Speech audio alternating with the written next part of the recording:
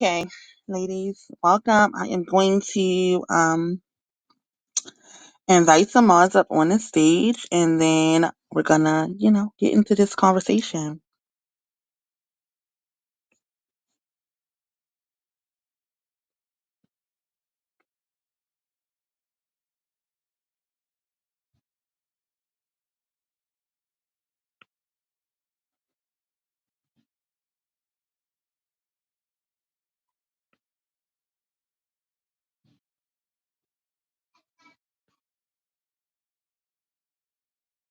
Okay, in the background, of course, is my niece. They're here. They're here tonight. Jay and LaShawn, thank you ladies for being here to mod this space.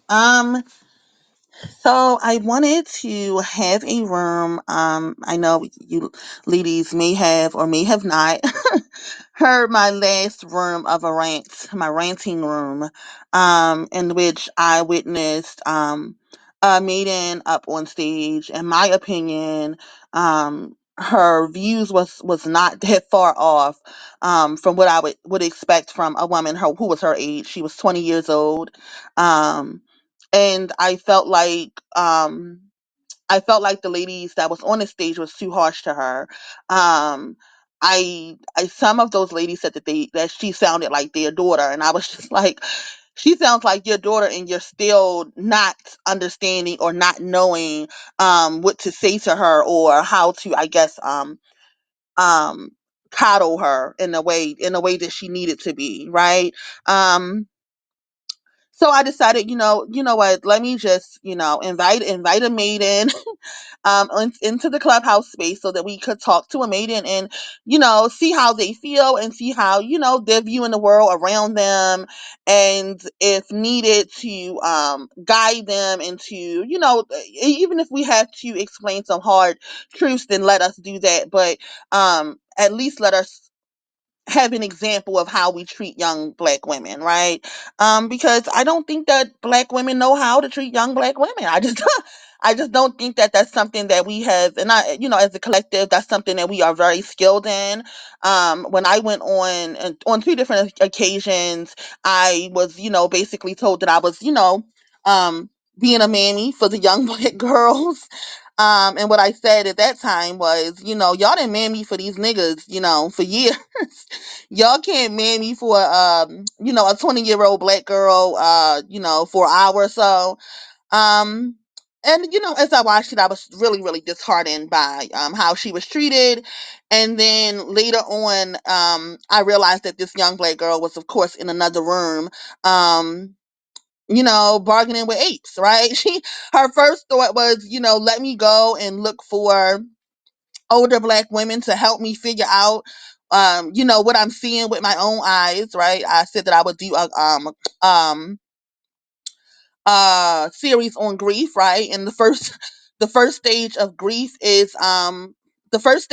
is denial, right? So this young maiden probably was in that stage, like, I'm seeing what I'm seeing. I'm seeing how harsh the black community is to me, how hateful people are to me in this community. And um you know I'm going in to speak to other black women, older black women that have been here for some time in this realm, and they're being very nasty to me. So let me just go back to what I know. I also seen a lot of this in the YouTube sector. I remember when the coronavirus was happening, it was young women that was showing up on a lot of these panels, and I remember hearing them on these panels, and then they all just disappeared. And as I knew as they disappeared, they were going back into Blackistan, right? Because they couldn't find safety and comfort in black women, sadly. And when they can't find safety and comfort in black women, they go looking, elsewhere. That's, as she who should not be, name said, they go and look for the pimparchy, right? And the pimparchy is going to be kind to them. They're going to say all the sweet things that, young black women need to hear, that we can't open up our mouths to say. Um, so that's why I decided to make this room tonight, right? Um, I am Preem. I didn't say it, but I'm Preem, and I have a YouTube channel called Ocean of Daughters. Um, this YouTube channel is actually I say that, black women have biases, and I guess, you know what, I have one too. My- and my bias is, obviously up on the stage, my own daughter. So, usually when I'm talking about black women with thumbs, I'd be like, look, she got a thumb. We can't really trust her, right? And for me, if anybody's wondering, like, oh, what's always on pre mind, like, what's her bias? So my bias is that I'm a mother of a daughter. That's what it is. Like, you can count on me to always be thinking about maidens. You can count on me to always be thinking about young black women. You can count on me to always, when I hear a 20-year-old black girl being eaten up by black women, you can count on me to be thinking, how black women say, that could have been my son. No, that could have been my daughter that they ate the fuck up that day. Right? Because I asked my daughter some of the same questions that they were asking this young black woman, and my daughter answered the questions the exact same way. So I wrote down 10 questions to ask my daughter to open up the conversation. And I'll ask the question, and then she'll answer it, and then I will allow ladies up on the stage to speak to her. If you raise your hand, you can come up on stage, and we can speak, and we can talk about the answer that she gives. But we are going to definitely handle my daughter with a lot of care. Some of the things that might come up tonight, I probably haven't even spoke to her about, because I do understand that this work and dealing with young black women comes with a lot of heartbreak, right? um you have to break their heart in a very loving way, but it's best that we do it versus them going out into Blackistan and figuring it out the hard way, right? So yeah, that's what I got. So anyhow, let me just share some of my conclusions in my own YouTube space. And in my own space, I've learned that maidens, for the most part, when they come around here, they are looking for a mother figure. They're looking for like mother figures. They're looking for like the fly auntie. That's what they're looking for. They're looking for some kind of guidance that they are not able to get at home. Um, and I feel like any black woman that's doing black women's work, that's your charge. Like, you have to know coming into this space that at some level, if you're a maiden, if you're coming to a space, you're going to be doing work for your own sister. And if you're a mother or if you're a crone, you're going to be doing work for young black women who are looking at you as a mother figure or looking at you as a fly auntie. And, if you're doing black women's work, right, one of the things I kept on yelling in the rant was, shut up. If you're not willing to mother black women, if you're not willing to auntie black women, if you're not willing, if you got a 20-year-old coming into your space, and she don't know everything, yeah, she don't know much. Right? Sorry baby, that was she. But they're coming into this space to learn from you, and if you don't want to mother them and you don't want to handle them softly, then how about shut the fuck up and don't do the work, right? And that's really how I feel. I understand that the world is going to be harsh to black women, but we don't have to be harsh to black women. um when they said when I went on to say that, we don't have to be harsh to these young black women, the ladies went on to tell me that, the world is not going to be kind to them. Exactly. That's exactly, the world is not going to be kind to them. So I think that we should, right? I think that that's how we develop a trusting and honest relationship with young black women, by being loving to them and being somewhere where they can, have a soft landing. Even if they do make a mistake, you want it to be some kind of open level of communication, so that they can be honest when they find out, that the community is, hateful as fuck and cruel as fuck, and they are the food, right? Um and speaking of maidens being the food, or not, I'm sorry, speaking of black women being the food that Blackistan, feeds to white white patriarchy. Maidens are not the food, right? When we say, oh, some black women have to be eaten up so that we can get away, it's not the maidens. It's not the maidens that we want eaten up, okay? If we do want, I don't want any black women eaten up, for the record, right? If you've watched my YouTube channel, like, I have a very, very hard time accepting the fact that a lot of black women won't make it. Although I'm here now, right? But when maidens being a food is just the fuck no.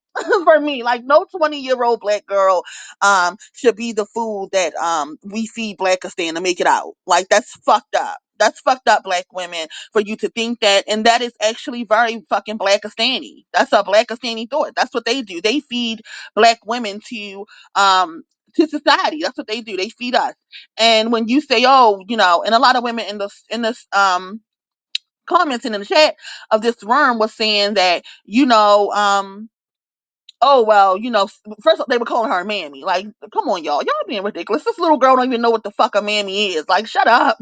But they were calling this little girl a mammy and saying that the mammies have to be eaten up so that we can get away. Well, no, not 20-year-old little girls. Absolutely fucking not. That's not how we're going to do it. When we're in this space, when we see a 20-year-old, the unicorn that everybody looking for, she is it, right? She is the unicorn. When you see a 20-year-old girl in these kind of spaces, when you see a young maiden, 27 years or younger, she is the unicorn. The fact that she even found this space is quite commendable, and and I think that we should be very, very delicate with her. Because how did she even get here? Like really, like you need to think to yourself, like, how did this 20-year-old girl even get here? Because 20-year-old girls are out living their lives. They're out, partying and bullshitting. And the fact that she has found this space and is seeking wise counsel in black women, she is the unicorn. And we should treat her as such. So I wanted to read some things that I wanted to say. Okay, and to try to feed black women to apes, young black women, I have decided that it is not only treasonous, it's blasphemous to do that, right?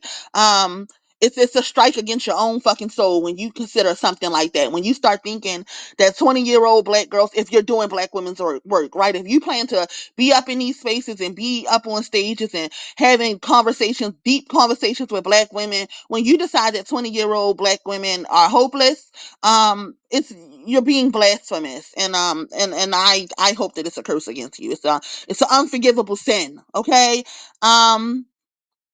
That's it. My daughter is on the stage. Her name is Pudding. I'm going to give her a moment if she wants to introduce herself.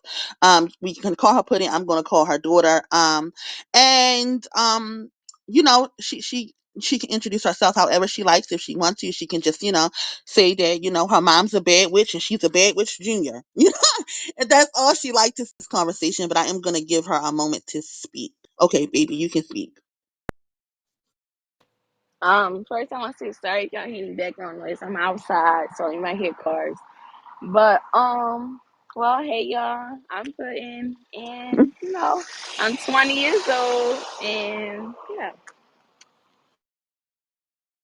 That's all she got. Okay, so yes, that's Pudding, y'all. She's 20 years old, and yeah, so I'm going to ask her some questions. I'm going to also open up the stage now, ladies. If you want to speak, the ladies who are modded will be speaking first. If they want to, jump in there. Because Pudding got some answers. She got the typical 20-year-old answers to these questions. And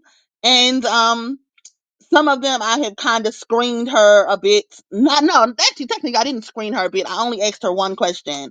But the rest of the answers to these questions, I'm just gonna let her answer them however she sees fit, and she can answer them how like she's not, no one here is gonna eat her up, so she's able to answer these questions very, very honestly, because she knows that I completely understand, how she thinks she has an idealistic view of life.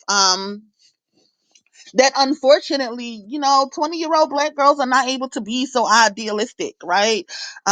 Because of the conditions that we live in, right? Um, so I'm gonna ask her these questions. Um, she knows her safe word. So she knows her safe word in the event that it's getting, too much for her. She knows her safe word for me to stop. If she wants it, if she wants a minute. Um, I'm going to allow ladies to ask her questions in the chat if you don't want to get up on the stage. Like, she's quite open. She's allotted us 2 hours of her time. And Welcome, of course, the ladies on the stage, all of my mods, and set free. Thank you. I do think this you're of the mother girl. So I'm going to start the questions, and then we're gonna let her answer them, and then we're gonna, break her little heart. So no, no, but yeah. So I'm just gonna start the questions. All right, Puddin. This is the first question. How would you say your relationship is with your mom? Um, I would say that my relationship with my mother is good. I feel like we have a open line of communication. I feel like she lets me like express myself because I know like some parents they'll like shut their child down, but like with me, I can kind of literally say like any way that I'm feeling. Also like my mother, she also like admits when she wrong, and some parents don't do that. And there was one point in time where it was this word she used to always use, and it was like hard to get her out of saying it, and the word like the word was stupid or stop like being stupid or acting stupid. And it's like I didn't really like that because like just don't say that to me. And it took a while for her to get there to stop saying it. But I'm glad she did. I don't know, it's like a best friend and a mom type of relationship. Yeah. All right, maybe I knew you was gonna come here and expose me. Yes. I did not get it always right. Sometimes when I felt like she wasn't getting something, I did used to call her stupid, but she actually got bold enough.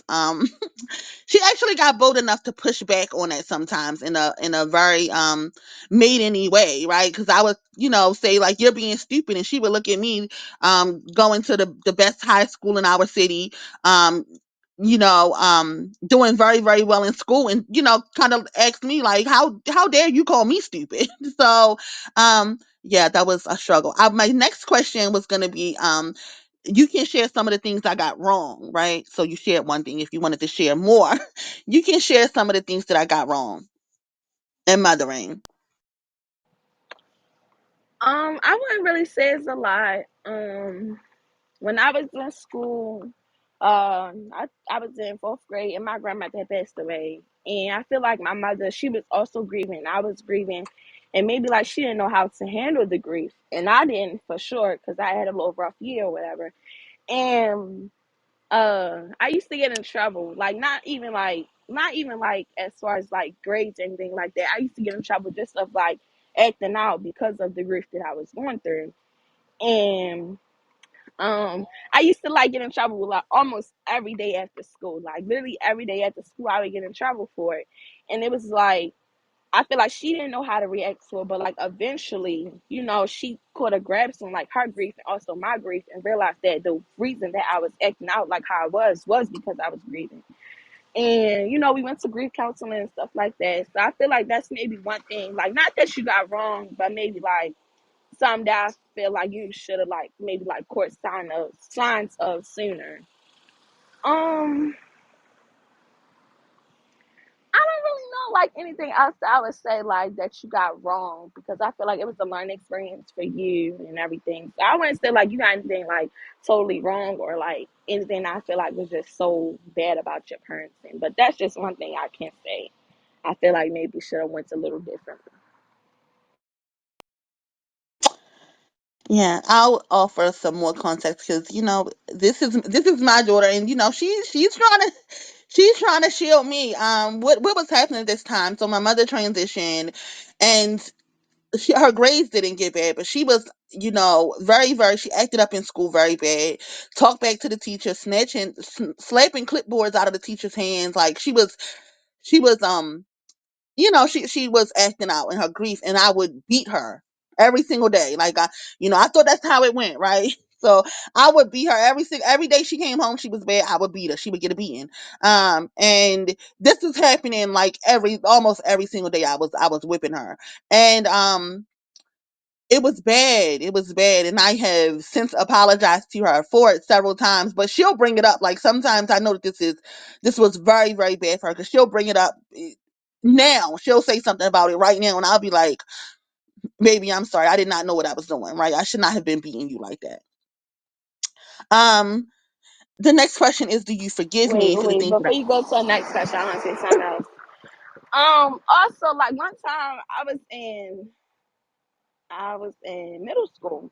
Yeah, I was in middle school. And it wasn't even like I thought she was gonna react like bad, but like it wasn't like it was more so like, okay, I must say because she's feeling it, so I'm feeling it.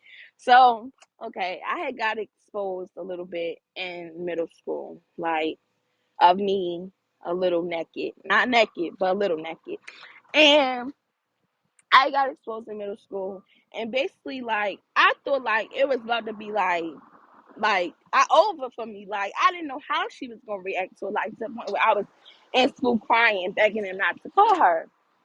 And when she, of course, the school still called her. So when she found out, hey, when she found out, um, it was just like she was so quiet and she wasn't reacting. Like she wasn't saying anything. Like she was just not saying nothing at all. So I was like scared, like what's happening next? And like in that moment, like how she handled it, like she literally just told me like basically just like knowing my worth and knowing that I didn't have to do stuff like that. Like it was literally like a conversation, more so than beating me down or like punishing me and stuff. It was more so like a conversation, like a learning experience, and just letting me know like that's just something that I don't have to do. So I will say like stuff like that. That's why I say like it wasn't like anything I could say is really bad because I feel like it could have been a time where it could have been like a time like that could have been like so it for some parents it can be a whole different type of situation, but for us it wasn't like that. It was really like a learning experience and her telling me like just like this is you don't have to do stuff like this. So yeah, but yeah, she made a twerk video, y'all. She made a twerk video in drawers, and it got around the school. And I knew that if I mishandled that moment, that would kind of define our relationship. So when she says I was quiet, what I really was doing, I was thinking, like, what should I do now? Because I knew that if I mishandled this moment, it would ruin us, right?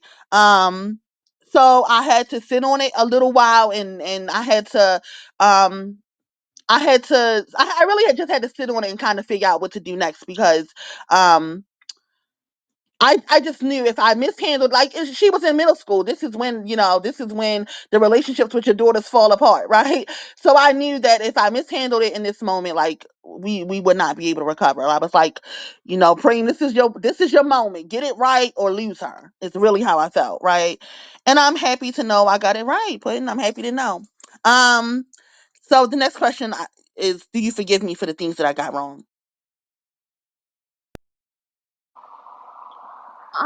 yeah, I definitely forgive you. Like I never really like held a grudge really from the beginning, but I would say like, I don't know. It's just never been like a grudge thing. Like I never been like so mad at you that it just couldn't be worked out. Like even still now we may like even have like little like Lord like disagreements, arguments or something like that. It's like either you even like sometimes if I am wrong, you'll be the one to come back and like try to like make it good before like I don't know, like it'd be like silly stuff that like I'd be so mad over, but like I really don't be mad because soon as you call me in a room or something like that and we talk about it, it's like you be like, okay, give me a hug and whatever, whatever. So I don't know, I just never really held a grudge. But so yeah, I would say like, I definitely forgave you. It was really no forgiving to be had, but yeah.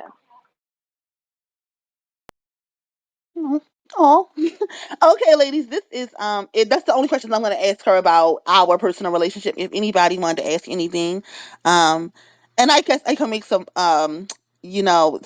more welcomes up on the stage. Everybody who was up on the stage, Putin is here, and she is here to have a talk about a talk with a maiden. I asked her 3 questions about our personal relationship, and if you wanted to know anything about it, you can ask her any of the ladies on the stage. Putting if you see the green dots, these are ladies that are very, very close to me. I mentioned some of them. But yeah, you can read their names, and those ladies are really, really close to me. And Sefri is the lady that I actually admire in this BWE space. But if anybody wanted to ask her anything about our personal relationship, you can ask her.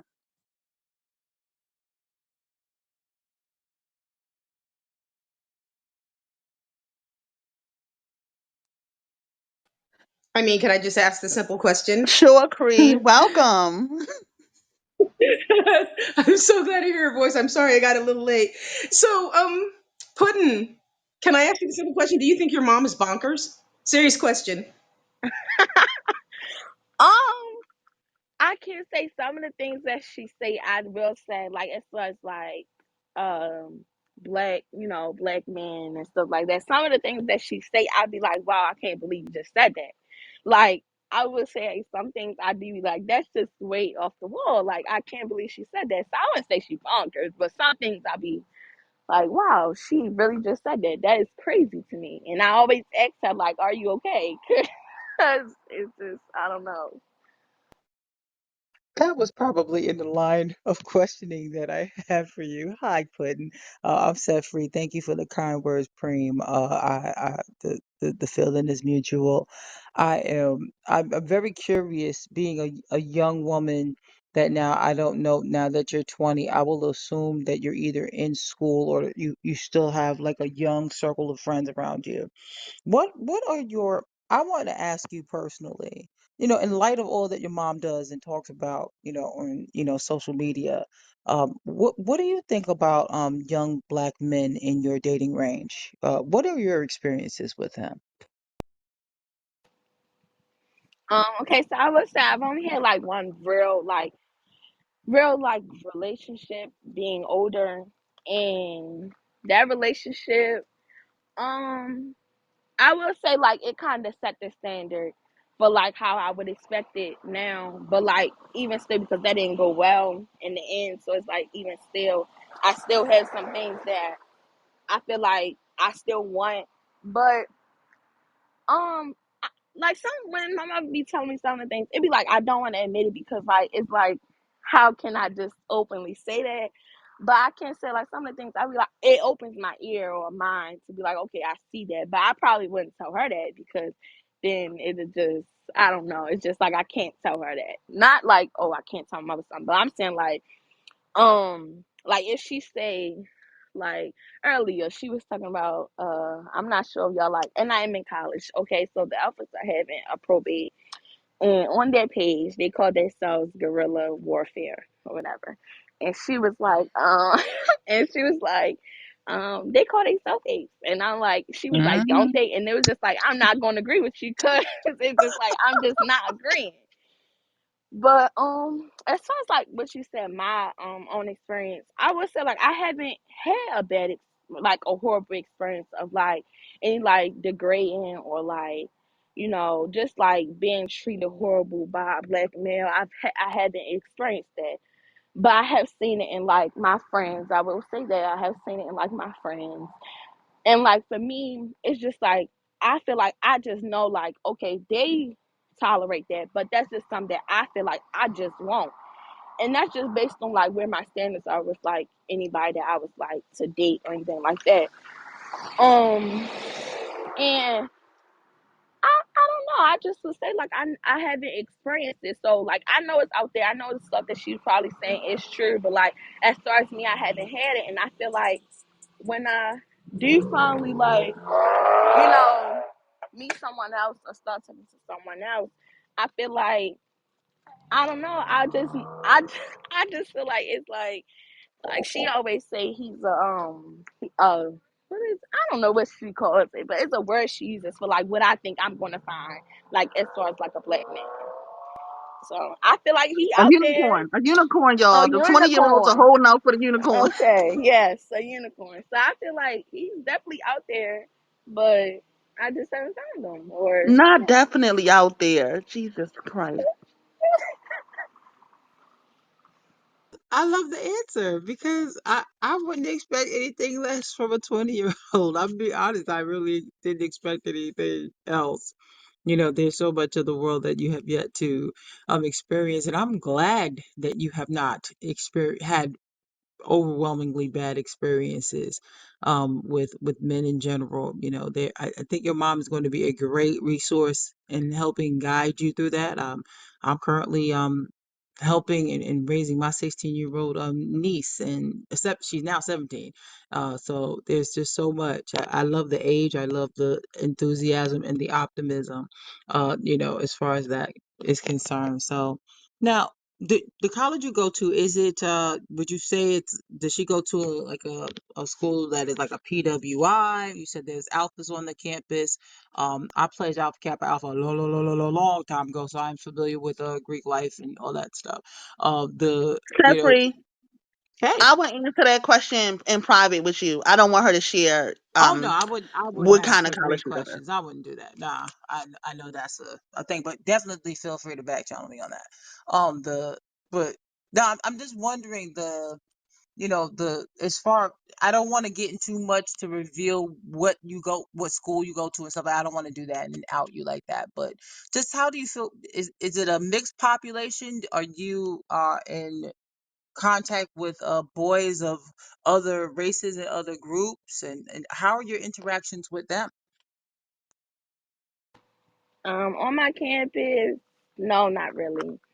Um, I go to HBCU. Don't give a Um, fuck. because it's like it's so many HBCUs. I go to HBCU. Um, and there is a PWI surrounding my school. And but like it's like no interaction between my school and that school. So even still, like on my campus, it's rare that I would see anybody of any other demographic than black. So Cool. I just wanted to get an idea.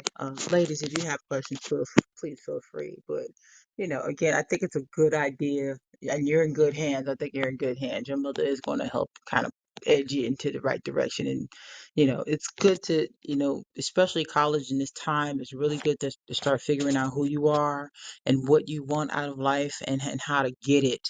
So this is a great opportunity to meet new people and do things, and be a little daring, and just enjoy this time of your life, and do the things that all of us would want a 20-year-old to do: enjoy herself, have fun, discover, travel, and do all of those fun things. So that's my wish for you, and the wish for my little one as well. So I'll land the plane there, and thank you for letting me ask you those questions, Puddin. I appreciate you.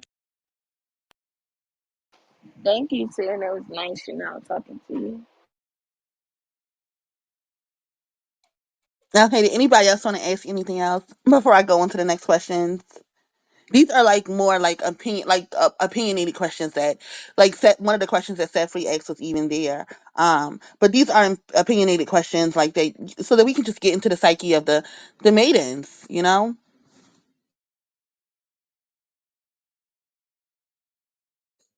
All right, no. So I'll ask the next question. Um,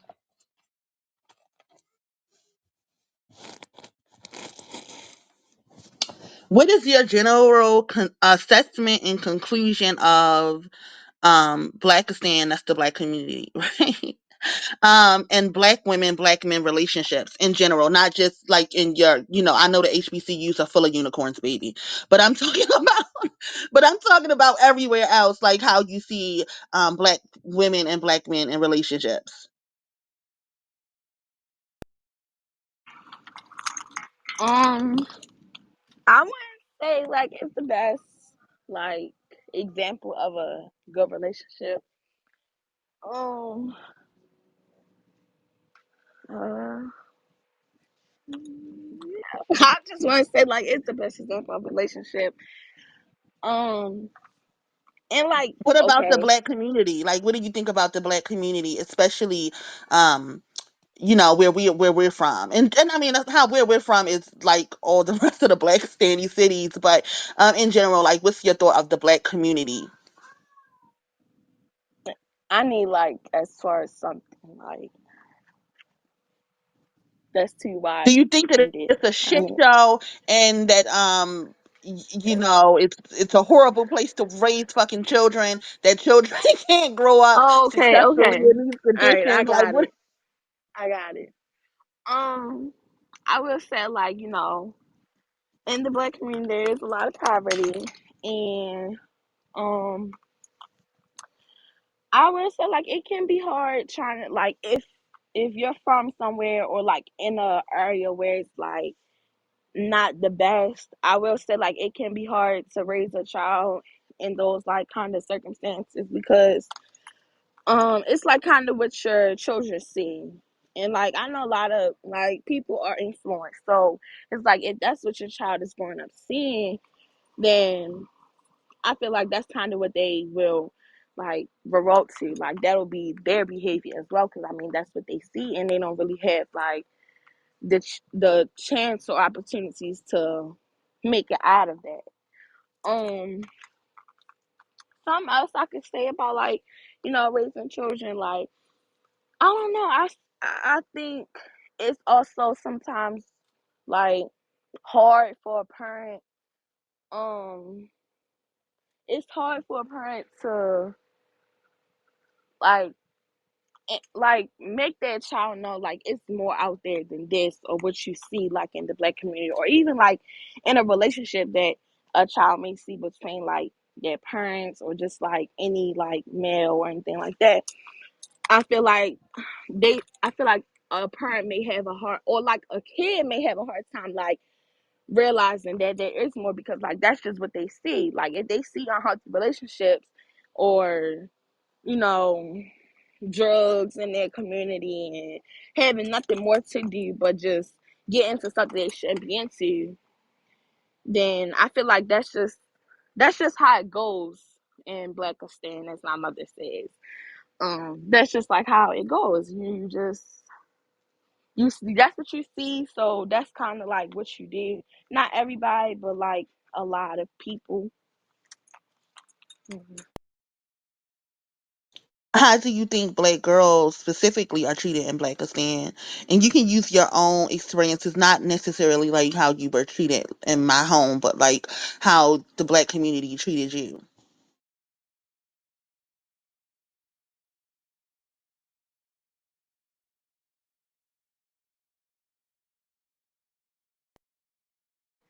Sorry, someone was talking to me, but can you repeat your question? Tell them you're busy. But I was asking, how do you think Blackistan treats black girls specifically? You could use your own anecdotal experiences, like how you were treated, not necessarily in our home, but just like how do you think black girls are treated in Blackistan? So when I was, like, in middle school, Um, well, for speaking in general, not just before I give my experience, but I do feel like it's more harsh, especially like being dark skinned. It's more harsh being a black girl, especially like in school, and especially in a school where it's boys at. Um, back to my experience. So I was, like, in fifth grade, fourth or fifth, no, yeah, fourth or fifth grade, and I used to get called, like, black and ugly, or things like that. And I used to didn't like my hair texture or my hair period. And I remember I came home and I basically told my mother that. And ever since then, like, it's been like even between, like, her and my aunt, it's been like just them, like, letting me know that, like, it's nothing wrong with being dark skinned. If that's not like a reflection on, like, how I look for real, or like just me, period. That's just like biases, and just being mean for no reason, like, just saying things just to be mean. And I remember, like, my mother, she, like, when I said I didn't like my hair, she cut her hair off, and she started from nothing, like a number one cut. And yeah, I would just say, like, dark skinned girls are treated like worse. Um, well, just from my perspective, because I'm dark skinned, so I can't really speak on, like, how what light skin or brown skin women go through. But for me, it was hard. And then also, I had seen, like, this Instagram post, and it was around like Valentine's Day, and it was a post saying like, dark skinned girls don't deserve Valentine's Day. And it's just like seeing a post like that, like I didn't like I wasn't like as mad about it because like I try to like not let stuff like that really get to me because I don't know, it's just like I'm just comfortable in my skin. Like that's just how like my mother doing what she did and like now she's not even dark skinned and the things she'll do or like anything of revolving around dark skinned women is like it was like wow, like my mother went to the extremes to me and she's not even dark skinned. Um, so I would say like it's harder for dark skinned girls. And yeah. Them apes evil, baby. It don't matter. No, if you dark skin, light skin, them apes is evil. Um, if anybody wanted to jump in for a second, and I got more questions, but if you wanted to like have a dialogue with her about this, I'm gonna invite you up, Andrea, and then I'm gonna update my app for a second. So because I'm not getting the chats very good, and I'm not getting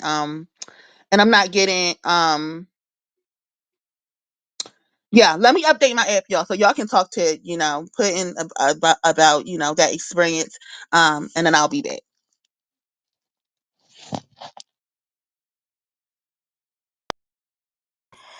So I'm sorry that that happened to you, sis. I just wanted to express that. I'm so glad that you have the mother that you have who can, know the right thing to build you up. Thank you for coming and speaking. I found your mother on YouTube YouTube, and she's a very wise woman. But my question is, I never had any children, but because of certain experiences that I had growing up in the hood, I realized that with African American people that we really cannot control it. But I was just like, when I have children, I want some dark skinned children. So I'm not a mom, but I would like to know what is it like having being a dark skinned girl with a mother who is not dark skinned. What is that like? Can you speak on that? Yeah, I feel like we can speak on that a little bit. Um, I did have a moment where it was like I saw my mother as like the better stereotype of what like I should look like. Like I did go through a phase of like that. And like I said, when I went through that phase, she made the changes or like spoke to me in a way that, like even like little things she would say, like your skin is so beautiful, your hair is so beautiful, like cut her hair off. So I feel like those things it made me realize, and like even now today, like she'll like her like she always like even like she be saying like dark skinned women are like so magnificent and just great.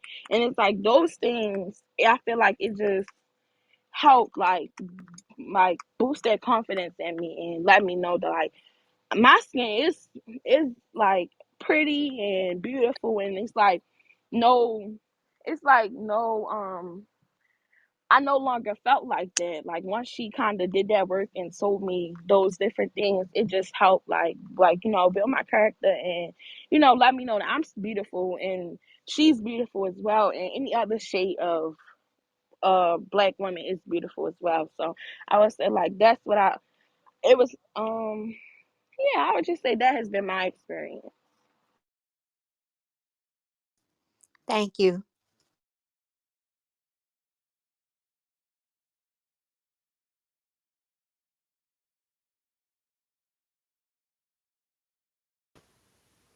Hey, sweet baby. Everybody call me auntie. So, yeah. I just want to know. I hear what you're saying about thinking that, but what is it something as far as like colorism that you just can't stand when people say? Because I'm not a dark skinned person and I'm always kind of not knowing, is this offensive? Is this going to hurt? Because I have a dark skinned niece and her sisters are lighter skinned, and I always don't want to say the wrong thing to hurt her feelings. Do you have any experience where you wish an older woman would have not said that because it was hurtful?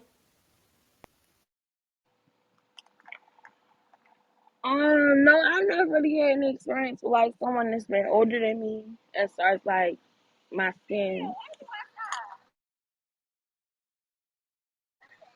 Sorry, that's my friends. I told you I'm Not outside. while you outside. Yes, right there. Sorry, but I will say, no, I never really had that experience with, like an older person or older woman or anything like that. Um, so I couldn't really speak on that. No.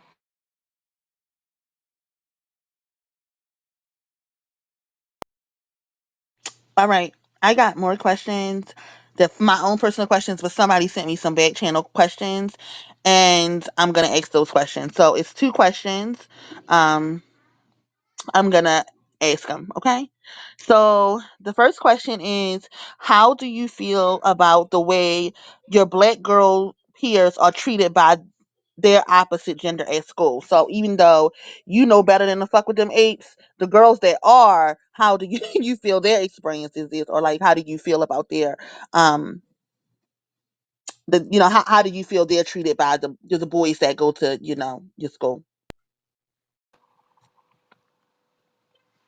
Um, I would say like your typical things: cheating, calling them out their name, um, like doing the bare minimum, not even like a dating site, a flower on Valentine's Day. Like it was just Valentine's Day on my campus, and it didn't get Valentine's Day.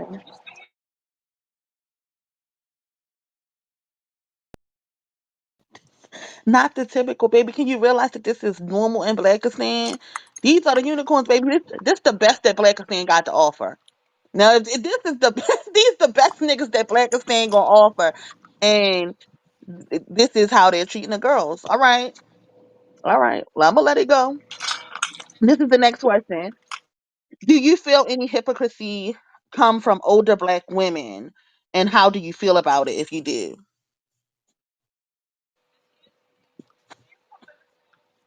Hold on one second.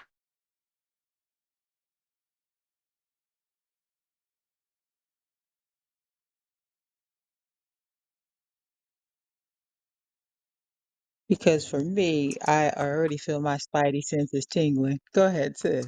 Sorry, I'm outside and like people keep talking to me, but but I don't know what you mean by hypocrisy, as in what? Like I need.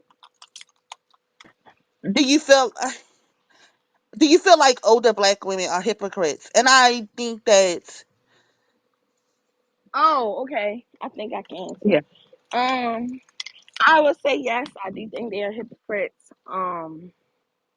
Like it's like you'll say like, "Oh, don't do this," or "Don't do that," but you turn around and you do it. So it's like, how can I believe what you're trying to tell me, or even like even if I don't like really listen, but I'm listening, like how can I even do that if when you say don't do it, you do it? So I mean, it don't make me think like, okay, she's saying don't do this, or this person saying don't do this. So and they showing me like their actions are showing it. Then maybe that'll make me want to listen. But when you turn around and say, "Oh, don't do this," and then you do it, it's like it's not really effective.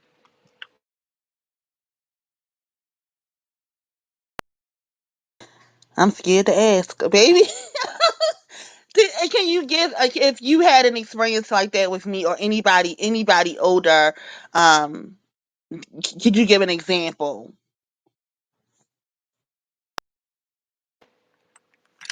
Um,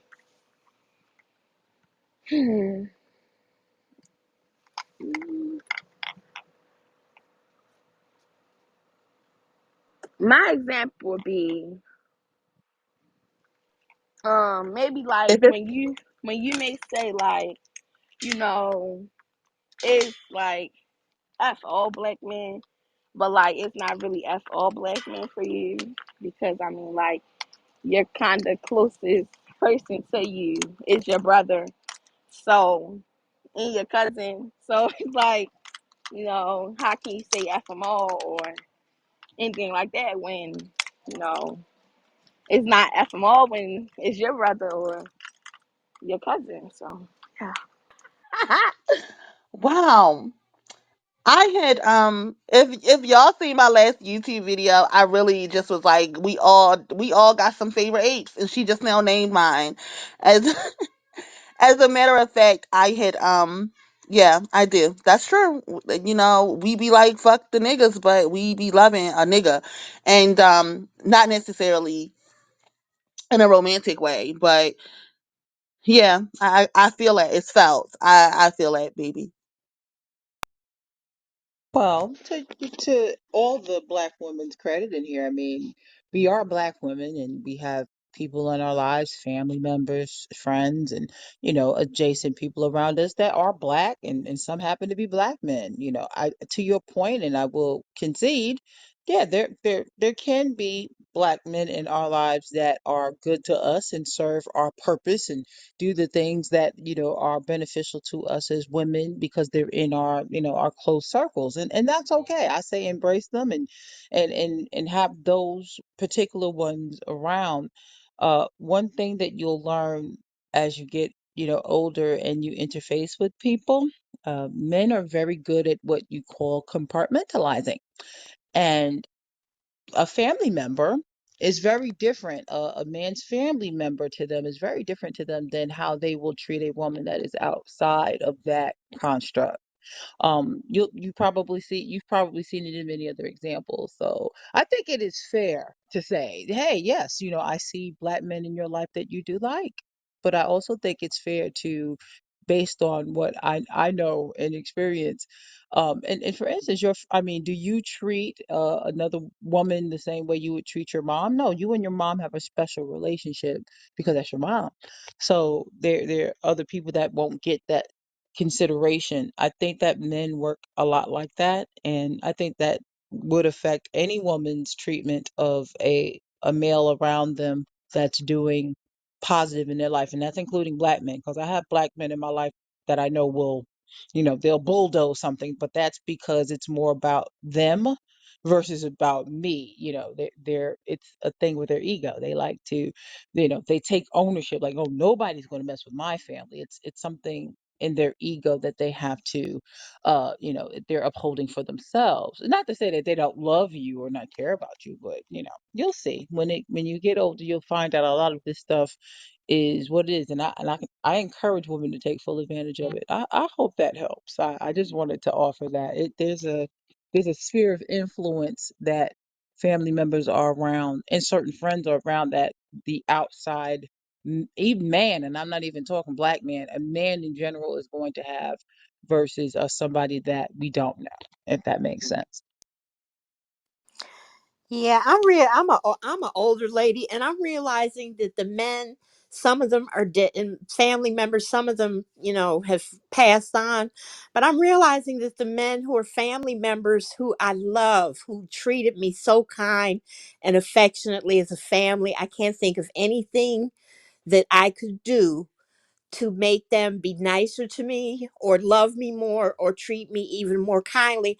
I'm realizing these niggas ain't good to the women that they married and aren't married to anymore. Their baby mamas and the women they date is not getting the same, and their children are not getting the same experience that I'm getting as a niece, as a great niece, as a granddaughter, and as a cousin. The women that they married, had kids with, dated, is not getting the same treatment that I'm getting. These niggas is not treating those women the way they're treating me as a family member. And let me just add to help her compartmentalize. Um, we can talk about my brother, right? We can talk about your uncle, and you conclude that he's a good uncle to you, right? And he's a good brother to me. But is he a good husband to his wife? I would say no. He's not a good husband to his wife. Yeah, and that's how, for the most part, I think that black males exist, right? It is something to be said when women say, "Oh, they love their mothers and their sisters." but treat all the rest of the women like shit. And I think that your uncle is a prime example of that. He can be loving to me and can be very, very, I guess in some cases, because he be fucking up too, but he can be, good enough to me and very, very bad to the collective of black women. And when we're talking about black males being ain't shit, it's their whole entire existence, not just how they treat their mothers and their aunts and their um sisters and their nieces. No. How did you marry a woman and treat her like shit and still be a good guy? You actually married her and still treat her like shit. So yeah, I think that, but also I also understand how that kind of of hypocrisy can confuse black women, which is why I do think that black women have to start being a little bit more honest with younger black women, because it does look like um is all the men ain't shit, or what, like what's going on? Like you got a good brother allegedly, and you got a halfway decent father, and you know my cousin, I love him. It does, it looks like a hypocrite, but I think that that's why we have to have these deeper conversations as black women, and um allow younger black women to see the flaw in you, and then also be able to offer it context, right? Because yeah, I may feel that way about those black men, but they still kind of ain't shit, right? So yeah. Exactly. um So if anybody else wanted to comment on that, you can. If not, we can go on to the next question. Yeah, I did. I wanted to comment on it.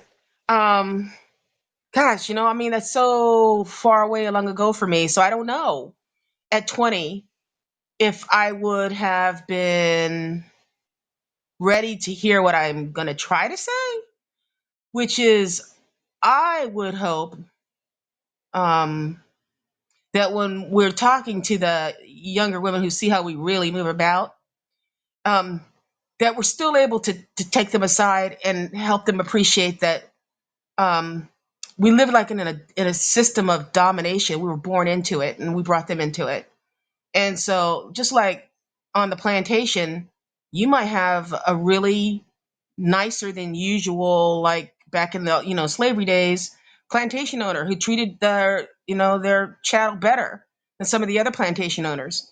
And if you grew up in that, you're going to have some appreciation and gratitude because that's all you grew up in. You might even have some affection for them, but if you look at the overall way that these men are moving around in a way that keeps women and girls down, then you just like appreciate that, okay, they're treating their pets a little bit better, but they aren't really like, they're still containing us and they're dominating us. And I don't know how you say that to an 11-year-old, a 12-year-old, and a 20-year-old. But I don't even know if I made myself like, does that even make any sense to you, Puddin? Yes, that makes sense to me. Right on. Right on. You do get to the point where like you just, yeah, you accept how they treat you. And you can look around and see they're not treating other people as well, and then you look around and you see that's pretty much the norm, but he treats me a little bit better. And then I can see how it would be confusing that the somebody that you admire and look up to, or an older woman seems like she's affectionate, but just like, I guess the understanding is like the understanding is that we're there's a certain amount of beatenness in us. There's a certain amount of beatenness in older women where we just kind of have accepted those conditions because we were born into them.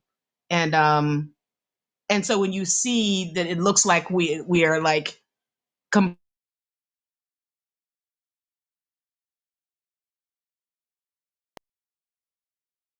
Cree, you went out.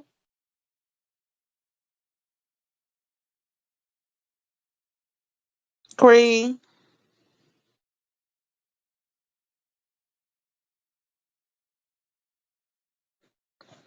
All right. Maybe she at work or something Yeah, and I had to was just, stop. yeah, she probably had to step away. But yeah, oh, you baby. can't hear me? What? Yeah, you Oh, you Puddin? you went out.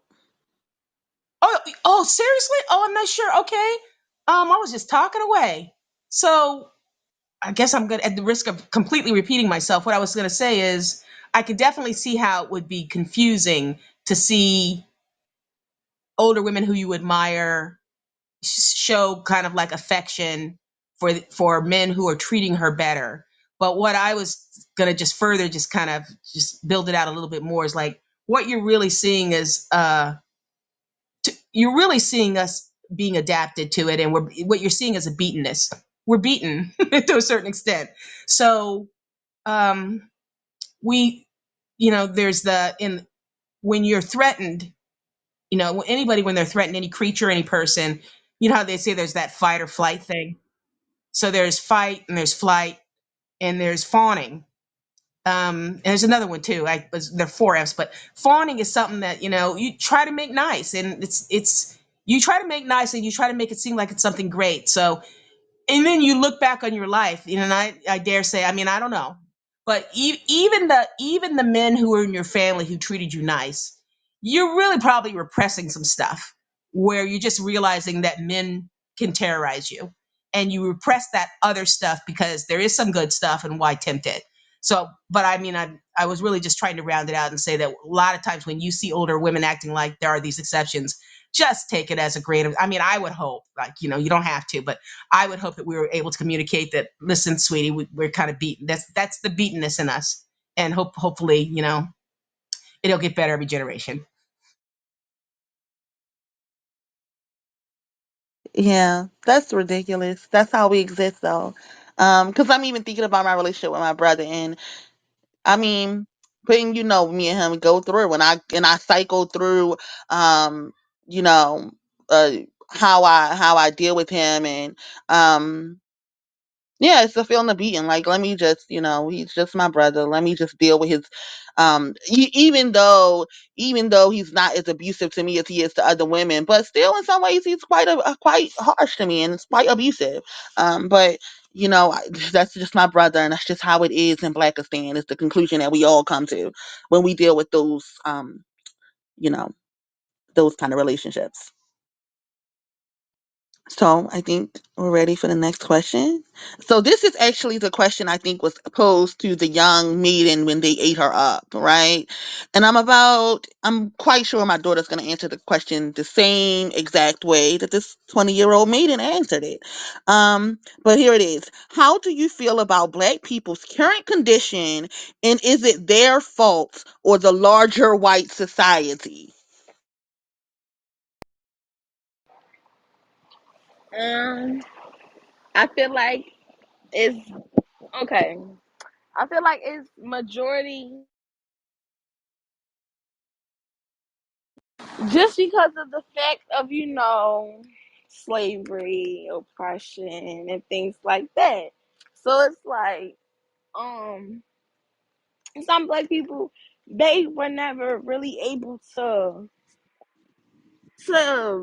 see more of life or like experience more of life because where they come from or because where they raised stemming from poverty, which I feel like is because of racism, and racism is white men, um and white women too, but you know. So I would say that, yeah, I feel like it's majority of it is because of white people. Wait, the majority is because of white people? Yes. Jesus Christ. It's so funny. I had this similar conversation with my niece. She's 25 this year, or she's about to turn 25. And I had to tell her, could you please explain to me the last time you experienced racism? I know, like, I'm auntie. I'm almost 50, so I can say in my almost 50 years, I can't pinpoint a specific incident in current life that I've actually experienced racism. I think like you get used to saying that, and you keep saying it so much, you think it gotta be true. And the fact of the matter is, I sat there for 30 minutes and I told my niece, and she could not answer that question. Pun, you like to answer that question, girl? Tell us how you experience racism. I don't think I've ever experienced racism But I just like that's just because I've never been put in a situation like that, or like where I've been around white people enough to experience it. But I feel like if I was around it, I probably would have experienced it by now. So the racism is happening, but it's not happening to dark skinned black girls. If dark skinned black girls are not always around um white people, right? But dark skinned black girls are existing oppressed, right? You think that dark skinned black girls are oppressed. You think that they're suffering in life. You think that they're suffering in Blackistan, but it's no white people there. So now what?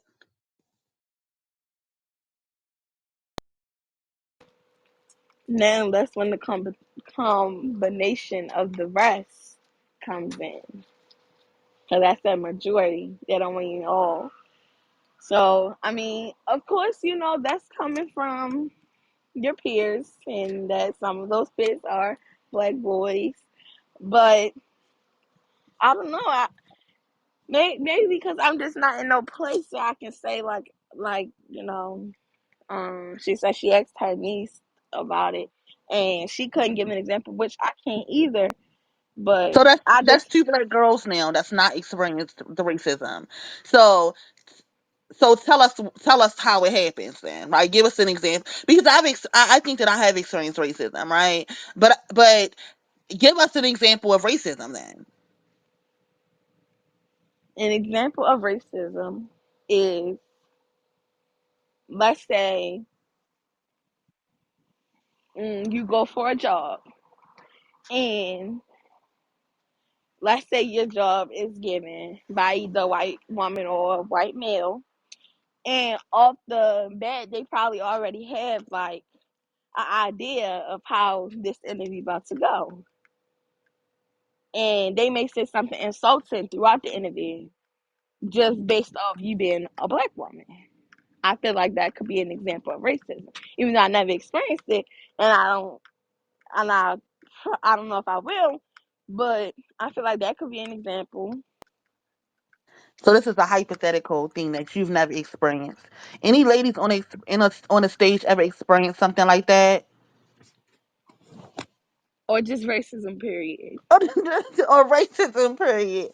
Any ladies on the stage want to offer us the examples of racism that they've experienced? Because Puddin think that black people are let me make sure I'm right here. Correct me when I'm wrong, baby. You think that the condition that black people live in for the most of it is due to um the larger white society, or it's due to white supremacy? Yes. Woo. Well, I can only share my story. I can't really ever recall in my life, and and this is a I think there's a little bias here because I live in New York City, and New York City is, you know, everybody's here. We have a melting pot of we call it a melting pot, but it's really kind of a stew of all of the different meats and spices and all the veggies are all in one pot. That's what I call New York. So everybody's in their own little segregated corner, but we all live together. And I can honestly tell you that the most, any racial incidents that I have experienced here in this city or outside of the city have not been at the hands of white people. It's been at the hands of other ethnic groups, specifically Asian ethnic groups, and maybe a smidgen there from some Hispanic, maybe a Hispanic years ago. But that's my personal experience. I can't speak for anyone, but just to give you a clue where I'm from and where that is. But I can honestly say that these white people here in New York City have not, if anything, white people have bent over backwards to kind of prove to me how they're not racist, which I think it's funny in that way. But but I have not experienced overt, and that's the key word for me, overt racism from white people in particular. It doesn't mean it hasn't happened, but I'll just be truthful. That's I've experienced overt racial sayings and actions from people that were not white, but they were of some kind of Asian descent, whether they were Indian, of or some Indian background, or Asian. So that's my experience.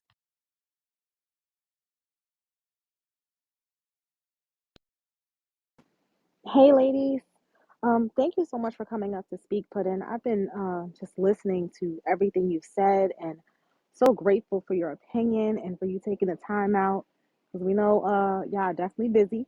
Um, a lot of what you said sounds very similar to when I speak to my 17-year-old niece. Um, I wanted to jump in response to that. Have you ever experienced racism question? Yes, I have. And I have in more ways than I would like to count, unfortunately.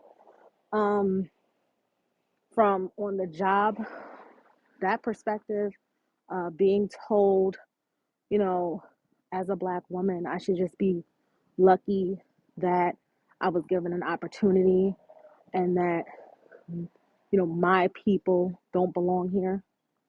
Um, in college, and what's unfortunate as well is like when I hear the bickering and the nonsense that we go through.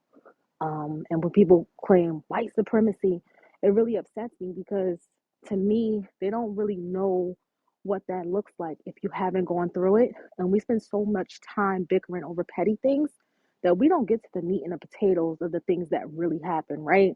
Like, I know who's in what spaces based off of what type of microaggressions they deal with. I understand that Black women are consistently dealing with things at a level that nobody else deals with, right? And I would ask myself, how is it that Black women, no matter what industry they're in, how they work, where they show up, it is the same exact treatment? Whether it's, constantly being harassed, overworked, underpaid, expected to mule, expecting to mammy, expecting to do more and accept less, right? Because we have to be twice as good to make twice as less, right? We have to show up in ways that no one else is expected to, but oh, we just have to get that done. Um, I was gonna say, like, to like the examples point, um, being in car accidents. Um, I was told by, and again, I have a very different, um, I guess, experience with the police than some Black women do. I've had the police um, essentially raid my house when I was a little girl and looking for a woman who they thought was my mom, and it was not. But they put me to the side. They separated me from my dad, who was watching me when I was homesick from school. And it's funny to laugh about it now, but it wasn't at the time because I was so scary. But I remember them asking, like, who is this woman? Is this your mom? Is this your mom? And I remember saying, no, my mommy got a Jerry curl. That's not my mommy. That's not my mommy. And I mean, that's funny to like hear now, like, damn, your mom was really wearing a Jerry curl, but like those kind of ways, right?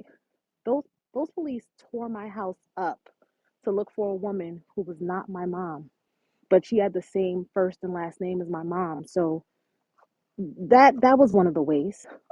Other ways, pulled over by the cops. What are you doing over here? You don't belong on this side of town. Uh, so many other ways. Been in an accident. Other individual clearly at fault, but maybe because my zip code was a little bit different from where I was in. Um, I don't get the benefit. I just strictly get the doubt.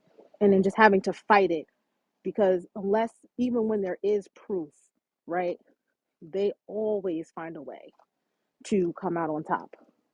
Um, I'll wrap up with these last couple of ones, but being in college and being told, um, I don't want you in my class because you're not supposed to be in this program. People that look like you aren't in this program.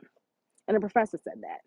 And it was unfortunate because he was tenured. So it was very hard to kind of fight and give him any type of repercussions, right? Any type of disciplinary actions because he was not tenured. What is it?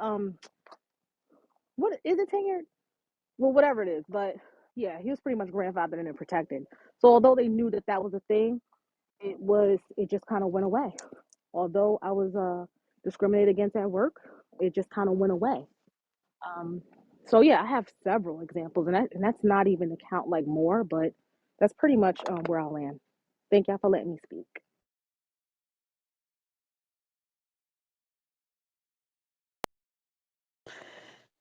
Thank you, Blue, for sharing that, and then the ladies that did share. Andrea, did you want to say something? No, I was just trying to be supportive of what Blue's testimony. Yeah, and I'll add to that your example putting of discrimination in the workplace actually happened to me. And it happened to me when I was like 19 or 20 years old, and I went to a job. It was like a secretarial position, and hold up, these kids. So it was a secretarial position, and then here I was, and I was 19 or 20, and I, showed up as a 19 or 20-year old, young black girl.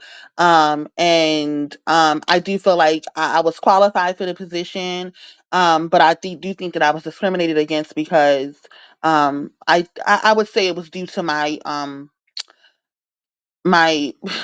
let's say urban um appearance and the way that I spoke. So I think that when this question was asked to the young black maiden in that room, um because again black women can't always be honest, right? And be able to say two things can be happening at once, right?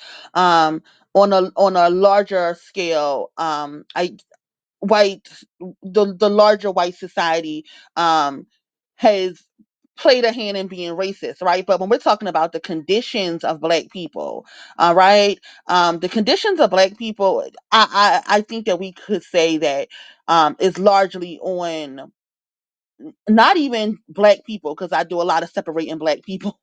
um but the conditions of black people is largely on black males, even more so today than the larger white society. Like how they live, how they terrorize, how they destroy is on them. White people don't have to don't even have to come into our alleged communities and enforce their racism, because the black males are destroying it. Black males are destroying black girls and black women, and destroying the community where you can't even take your kids out to the playground. Like this is something that black males do all alone, all on their own. And I do think that when we're talking about the conditions of the black community, I do think that that is heavily on the backs of black males. But we also cannot discredit that some prejudices do exist, and that black women do deal have to live in that. But to put all of the blame on the larger white society about the conditions of Blackistan is just relieving black males of the fault, and they are at fault. They hold the most of the fault. Um, when we think about the conditions that black women and girls and quote black people live in, the majority of the fault is on black males. Okay, so I want to know why is that? Like you say, they terrorize and they are the fault of it, but like you think that's just how they are, and it's like no reason behind it. Like, why is it that they are the cause or they are acting that way? I think that black males, me personally, I think that black males are hateful as fuck. I think that they're hateful as fuck, and I think that they just have like a deep hate and kind of like an innate way of not being right. Right? It doesn't matter what you do for black males. And I can give my own testament that with a little cousin that I tried to jump in as I saw his life going down in a horrible way, and it did not matter what I did, how loving I was, how coddling I was, how firm I was. It didn't matter what I did for him. He just did not give a fuck, right? And it was nothing that I could do to change it, right? And he was smart, right? Apes can't read. I done told you that several times. These niggas cannot read. He could read, right? He was. he was smart, he was intelligent. He could have went to a school equivalent to yours, right? So that meant that his intelligence was up on par with black women. And he was just ain't shit, and it was nothing I could do about it. It was nothing that I could do to change it. And it was by and it was not by he was raised by his father. Like, this nigga.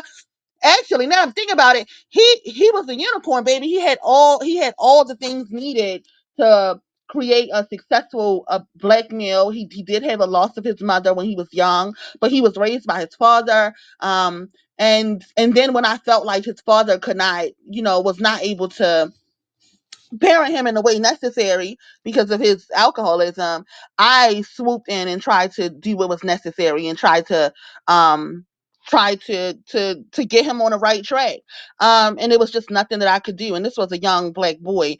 I think that when it comes to black males, like, it's to me, black males are just a lost cause. And as long as black women are around them, they're going to always be destroying things. And it has nothing to do with white people. It has nothing to do with the larger white society. It has nothing to do with white males. um it's just and I just think at this point, when it comes to black males, they're just a lost cause. But I want to know what you think. Like, what do you think is some of the reasons why the black males are terrorizing the communities? Like, how do you think white supremacy or the larger white society is has a part in that? I want to say like white supremacy has a part in that, but I will say I do feel like it's a reason. I don't know what the reason is. I don't feel like, oh, it's just because that's just how they are, because I just don't believe that. Like, I don't believe like that's just how they are. Is I don't know what the reason is. I feel like there is a reason.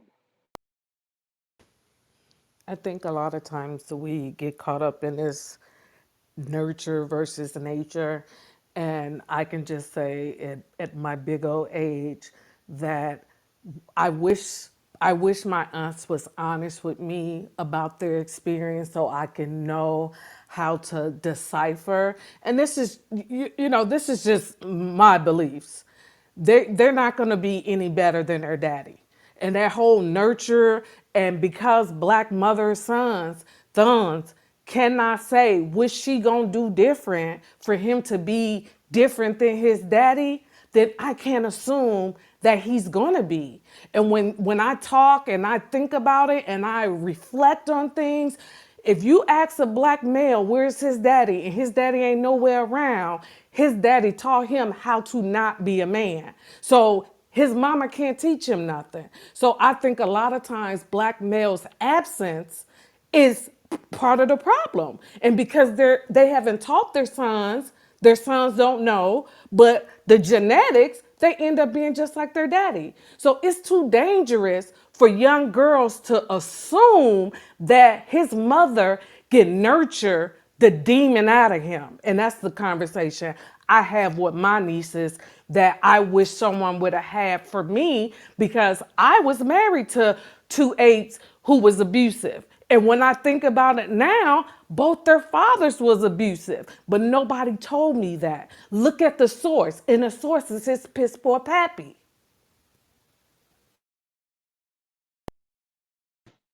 Yeah, one of the things putting is, the great philosopher Kimberly Michelle said, these niggas ain't shit, and they daddies wasn't shit, and they granddaddies wasn't shit. And I do think that what is wrong with black males is innate, right? We want to think as a black woman. Let's be vulnerable. As a black woman who loves a eight, right? You want to think like it's no fucking way that they're like this, like they're born like this, this is how they are. But I've come to the conclusion that this is how they are, and even the ones that are going to be decent, like they're going to find a way to fuck it up. And that goes to, the cousin that I'm talking about. Like, this boy really, just fucked his whole life up. And and nothing really could stop that from happening. Like it didn't matter what anybody did. It didn't matter how much how much anybody jumped in. There was several black males that even tried to jump in as his life was spiraling downhill. Um, it was several coaches that gave a fuck about him, and just was no turning him around. And I do think that it's because some of this is innate, and I think that he is actually one of the better black males. He's one of the halfway. He's one of the ones that at least I hope that he wouldn't like just kill black women. So he's one of the better black men, right? And this is how he turned out. And I think that when we say things like, oh, it's the larger white society fault, right? Because you can't give an example putting about how it is the larger white society. It just feels good to say that's what it is, right? It's the larger white society fault that, the conditions of black are in. And that sounds good because you just don't want to say like the apes are just fucked up. Um, but that's what's happening. Like if it's not the larger white society, right, um causing the conditions of blackistan, then who is it? A guy on YouTube that he did not go to college. My undergraduate degree, which was from an HBCU, was in history, even though I didn't pursue a career, pursue it as a career choice. But there is a guy who has really good history content, and he did a documentary using the appropriate historical sources, which is now behind his paywall. It's not on YouTube anymore. It's behind his paywall.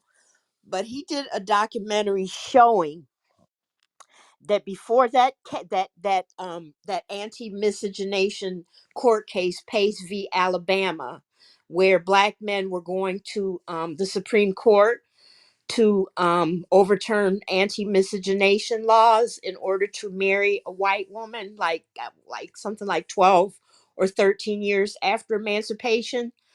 Before that, the black men who fought in the Civil War was given credit, goodwill. They was given their flowers for fighting bravely in the war and helping to win the war.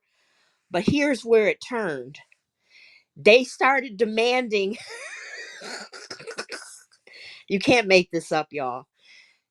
The apes pissed away the goodwill that they had after serving bravely in the Civil War, and white men was thankful and gave them their flowers. They were like, you did a good job. Those niggas started demanding access to white women as a reward, y'all, before Pace v. Alabama. Okay. And one of the implications is, I mean, he didn't find any proof of it, but one of the implications is, was this the reason why Jim Crow was what it was in terms of its severity, its brutality, and possibly why we did not get that 40 acres and a fucking mule? Because these niggas started cutting up ugly right after the Civil War when they were being thanked for their performance in the war, demanding white women. And the white men were like, hold up, son, that's not what we're talking about. With like, it's very intriguing to think to think about that. And these towns that they keep saying, well, we don't build nothing now because Black Wall Street was burnt down. These niggas got these black towns burnt down from fucking with white women.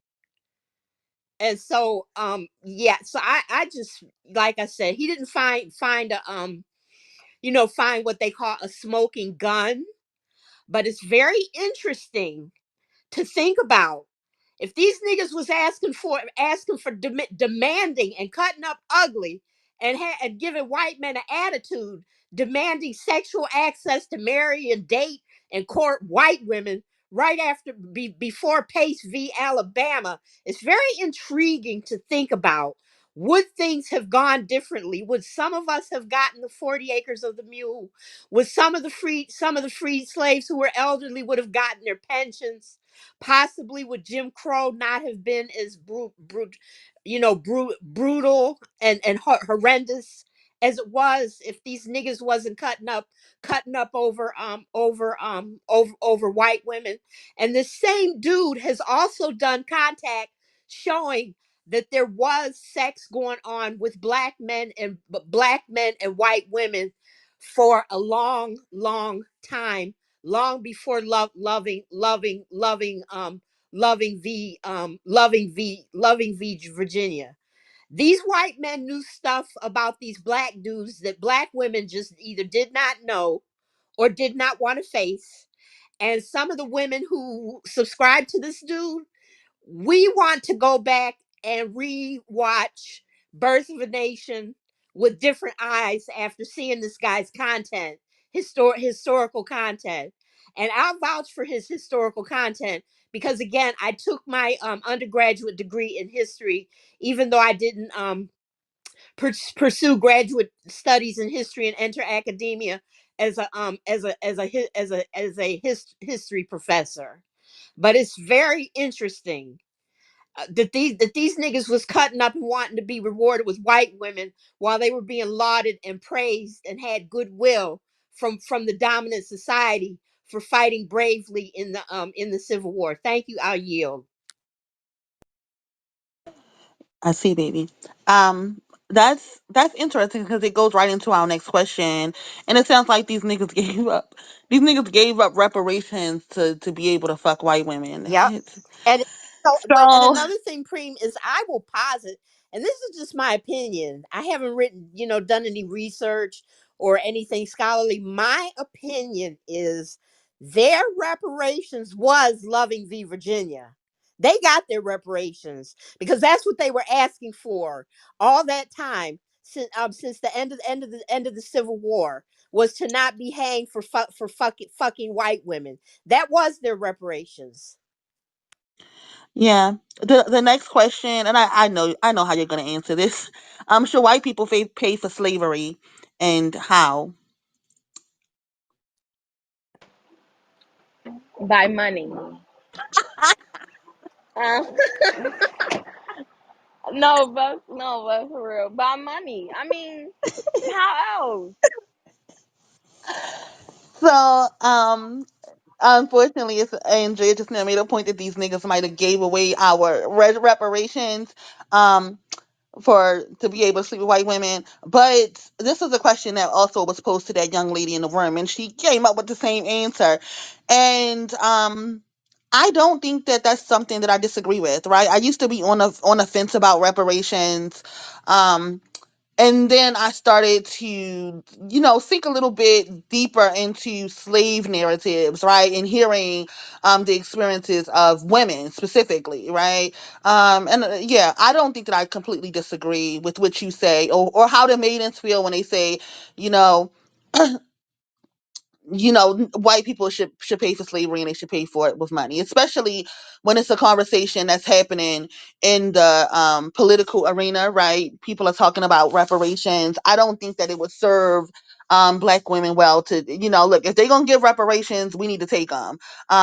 So yeah, I think that, I'd not push back on that. From when the maidens say that, I'd not push back. I'll let, I'll let maidens have that. Like, if that's how y'all feel, um for whatever reason, for whatever reason, who gives a damn?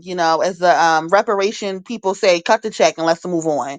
Let the niggas buy, um you know Henny and Rims and whatever. But yeah, I don't think that I'll push back on that. But this at this time, when this young lady was asked this question, she got kind of eaten up, and I just thought it was just like unnecessary. Just like the question, the last question. These young black women are trying to, see, they're so young that they're not able to see all of the pieces to this puzzle, and not being able to see it all at this time, we can expect their answers to be as they are. And then when the young lady tried to take her answer back, about, once the ladies got into, just how abusive black males is in the community. So that's how they ruin a community. It has nothing to do with white people. When she tried to take it back, they all started yelling, "That's not what you said. That's not what you said." Well, she didn't think of it like that before, right? So yeah, I'm not gonna push back on deciding that you want to chat, baby. If anybody else wanted to say something to that, feel free.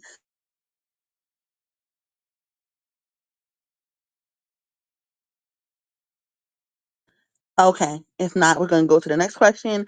Oh, Oh, I go. just wanted to say cut the check. I'm in favor and cut the check, Yeah, please. yeah. Thank you. Black American women, yeah. If y'all gonna cut a check, cut the fucking check. Let's move on. Yeah. The next question is, do you know what black femicide is? How does it make you feel as a black woman? And who do you think is at fault?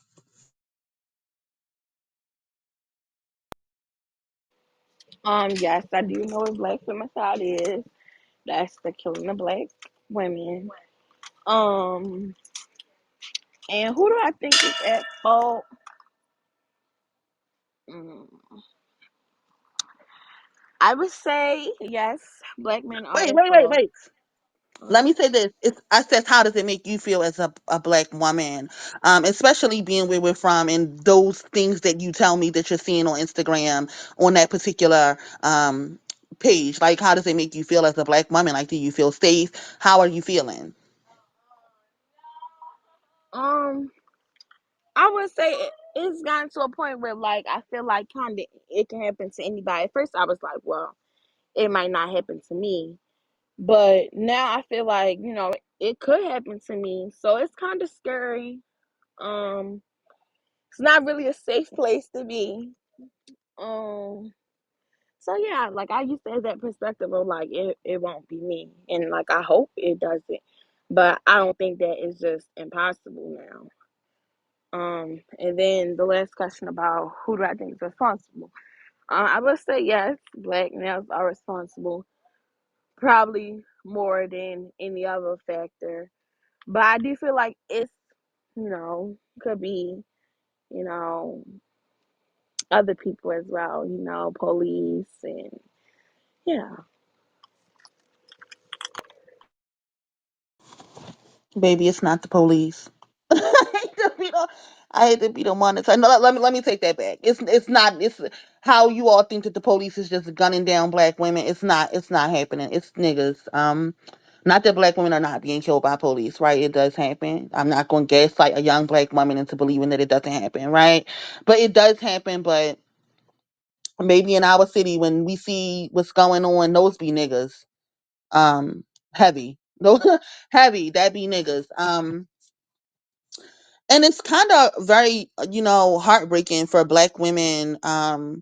And it kind of makes you a little bit like, for me, you wish that the maidens could exist different, right? This is a 20-year-old girl thinking now has to consider the fact that, damn, like, I could be fucking murdered. I could be out with my friends having a good time and be murked, right? Like, the fact that 20-year-old black women are having to think about this. For the girls who don't know, it's like you don't even want to take that kind of what is it, what's the word, what's the word I'm looking for, that kind of ignorance away from her, right? Because she's just outliving her life. The fact that just outliving her life and does not know that black femicide um is a horrible thing that's happening in our country right now. Black girls or black women and girls are being killed every 5 hours. And the fact that black women have to consider, like, it could be me, like, sucks, but that's the way we are. If anybody wanted to speak to that, you could.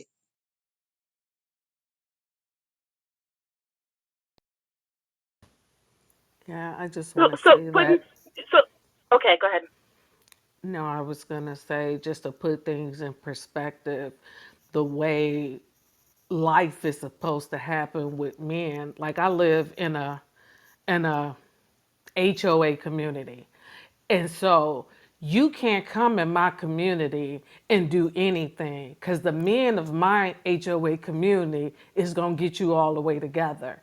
And because black girls and women and children don't have that protection in Blackistan, that's where the problem lies. And so it's unfortunate that this is the new reality, but I think you knowing about it, being aware, and sometimes these conversations is too much to have, and you just gotta sit with it. But I promise you, me being a black woman in this community, they see me as someone who deserves protection because they're not gonna let black men come and run amok in my HOA.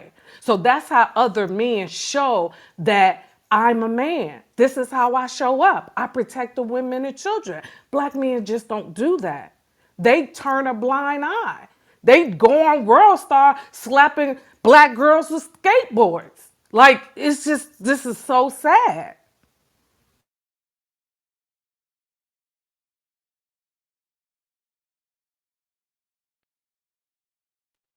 So this is the statistics show that black males murder black females at 3 times the rate, a little over 3 times the rate that white males sorry, white males murder white women, white females. And you can go all the way down with those kinds of assaults. And so, like, if you let that sink in, what does that, what do you think that says about how they feel about, how black males feel about black females generally? Like, that's the far end of it. But if you see that much disparity in the far end of it, what do you think? Do you think that disparity also is like there to, maybe not as a violent extent, but that sort of hatred and that contempt that indicates? Do you think that that's just generally there in black males for black females? That's really my question for you. Like, as that sinks in your soul, how does that make you feel about what you really think they think of us? Um, I would say like that number is like shocking. Um, like I know it happens, but I wouldn't think it happens that often compared to white women and white men.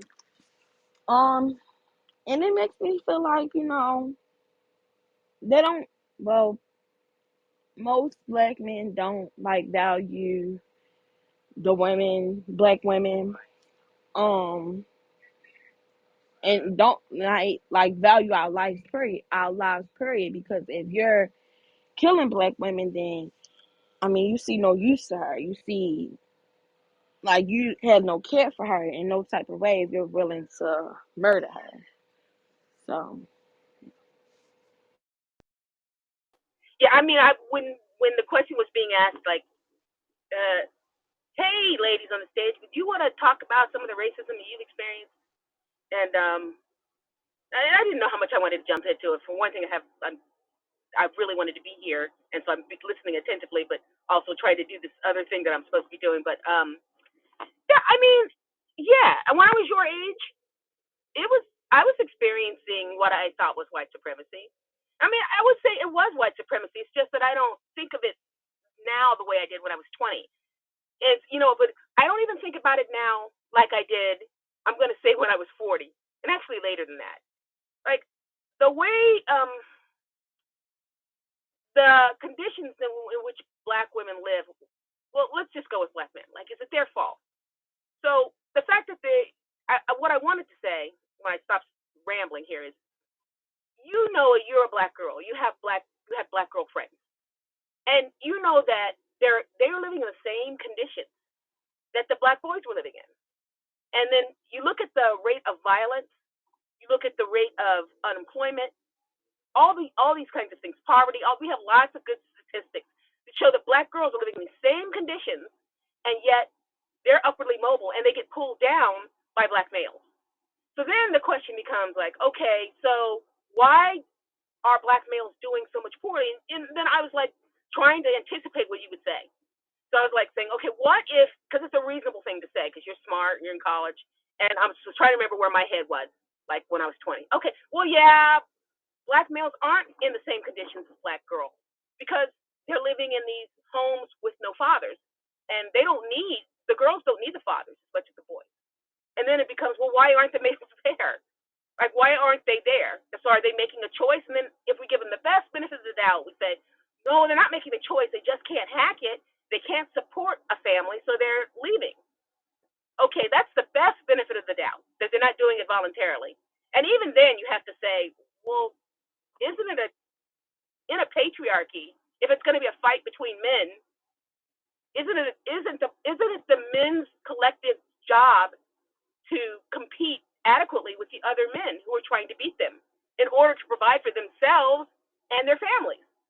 So, like, any way it goes, if this, I didn't, unfortunately, I can't say, I'm some genius or something. No, I like a lot of smart black women taught me this stuff when I was over twice the age of that you, or I can't, I started thinking about it. But I'm hoping, I don't know if that makes sense to you, but I'm hoping it does make sense to you, and that you can start moving from that point at age 20. And because I was so pro black, I was so pro black for so long. Like, it just, I could walk the line of infamy. But yeah, I mean, does that make sense to you, or does that just seem harsh to you, Puddin'? Yes, that makes sense. And like my mother, she asks me all the time, like, okay, let's say the black man that you're looking for, let's say that doesn't happen. And she'll say, like, oh, would you just date out? Meaning, like, are the races? And I I would joke and say, like, well, I guess I'm just not going to marry ever. I'm just going to be single for the rest of my life. But I mean, that's what I would like my answer to be. But in honesty, I feel like maybe I probably would. Like, I don't know, I probably would, but would I really want to? I don't know. I hear you. We all hear you because we've all been there. Like, so yeah, we're not the whole I don't know thing. Yeah, yeah, yeah. I totally get it. We hear that. And I don't think, I don't know. There may be some women in this room who can say they weren't there where you are, but like pretty much all of us were. So yeah, I mean, because your mom always says it's natural. It's natural to want your counterpart that is the male version of you, like that. Everybody else does. They have a preference for that, and we do. And we're the only group though that, like, overwhelmingly our counterpart doesn't have a preference for us. So what to do about that. And it's really sad. And I'm really, really sorry that we live in a world that has not been turned around by us and your grandmothers and your great grandmothers, so that you don't have to live in this world. And we're really sorry about that. Seriously, it's not a joke. But this is where we are, and hopefully you can help us turn it around. Let me add, not only are we sorry about it, we hope to make some changes, right? But I tell Puddin all the time, like, I talk to black women who were her and stood on it, right? I hope that I'm able to like change her mind. And, I hope that when she meets 23 and she is, goes to a PWI to further study, right? Um I hope that she does open up her dating options, but I know black women who are now 40 and 50 years old who did not. And they regret it. They regret the fact that they did not, at 23 years old, at 30 years old, begin to open up their dating options. Um, and I even started to, and I say this here because a lot of black women lying about this fucking child free shit. Like I used to be on the child free wagon. Like I used to be like, yes, yes, black women don't want to have children. Young black women are like, fuck that. And it's due to how I was on that wagon, like, yes, don't do it, sis, because how how painful in some cases motherhood was for me, right?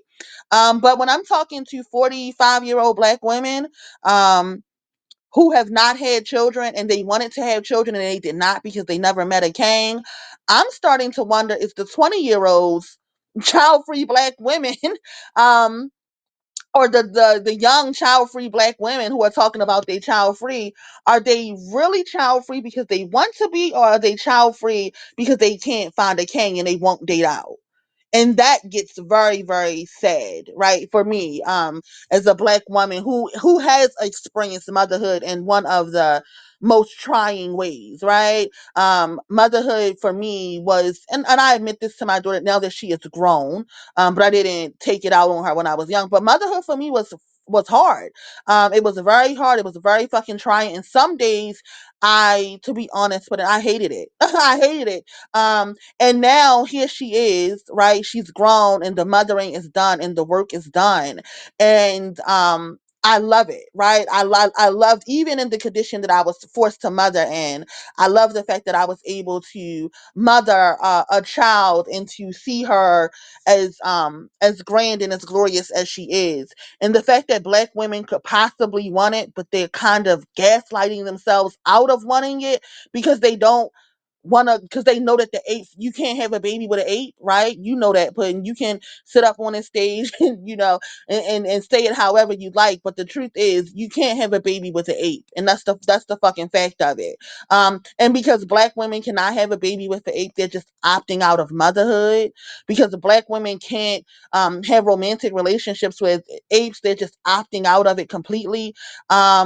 Is sad, right? And um I do hope that when the time comes that you are able to pivot how you feel, and live the life that you want to live on your terms, and not just because the apes are so fucked up and you can't find a unicorn that you that you can't, because you can't find a unicorn that you just gonna opt out of dating, especially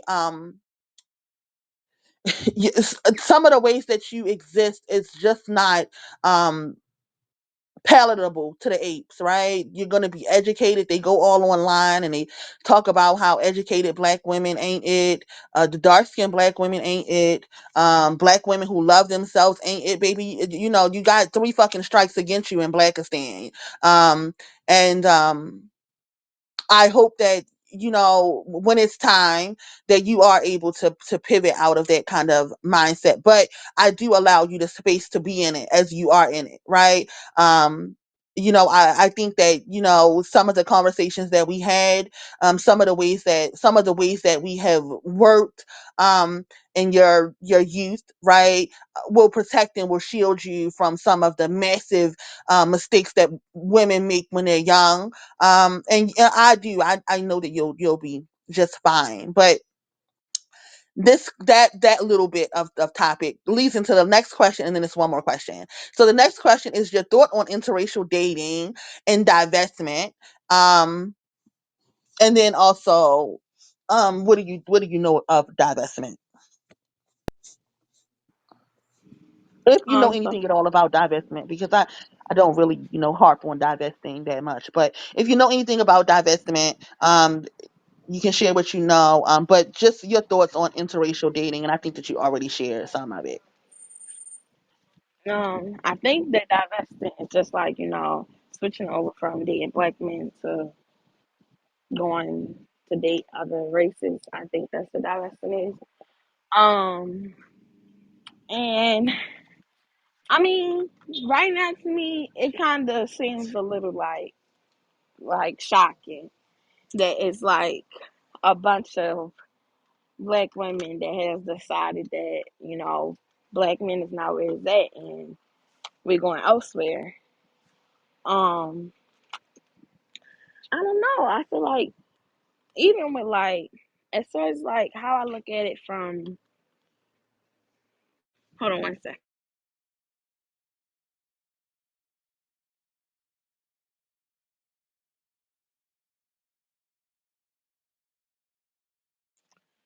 Um, back to what I was saying though. I was just a little shocking. Like I, I don't know. Like it's hard to believe, kind of like I don't know. I just like, and then my mother, you had a phase where you was pro black and the whole black thing. So it's like that kind of has like stuck with me, and now it's like okay, she didn't change from that to this now. And it's like this is so off the wall that it's like, wow, I don't know. I don't know. But I don't think it's like necessarily wrong or anything like that, or like um or bad or just something that I feel like shouldn't be done. But it's just shocking to know that, I mean, black men they do it all the time, but to know that it's like black women who are like deciding that, they want to date white men or Asian men or all of the other ones. I find it, and I find I find the fact that if we're talking about the days when mine was pro-black, right? The treason, and this is what black women mean when they talk about, black men dating out, right? The treason that black males have conducted in their dating out is so normal to us, right? It's just like, oh, black males do it, but we don't. Like the thought that black women and young black women know that that's just how it goes. Like the black men are able to do whatever they want, and we shouldn't. Is I think that is kind of mind-boggling to me because um the, they are supposed to actually keep the community, not us, right? So they were supposed to be committed to fucking Blackistan, not us. And then also we outnumber them. So even if we were to just, even if all of them niggas became unicorns today and we all partnered up with one of them, then it's still not enough. Some of us still have to date out, right? And also one of the things that I said in the room yesterday was that white males actually are the only men on earth who actually have gained the position in the world to even date out. Like the rest of the men, they need to actually be committed to the women in their community. And I'm by no means putting stick around and wait because they're not going to be good enough for you, right? But there are black women who want to be partnered with black males and who are willing to lower their standards for black love, or don't even have these standards that I know that you live in, right? Um, for what you need, you would need for a partner, right? So it's already black women who are willing to be with them, and these niggas actually still had the nerve to fucking date out, and the poorest men on the planet. It's just despicable. The thought that black males really, I guess in their mind they thought that they could divest. But I also wanted to clear up divesting. It sounds like all over the internet that it's just black women.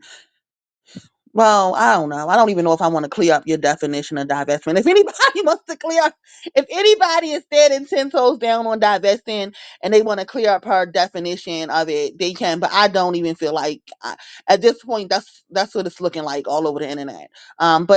But for me, it's more than that, right? Blackistan was very, very cruel to me, right?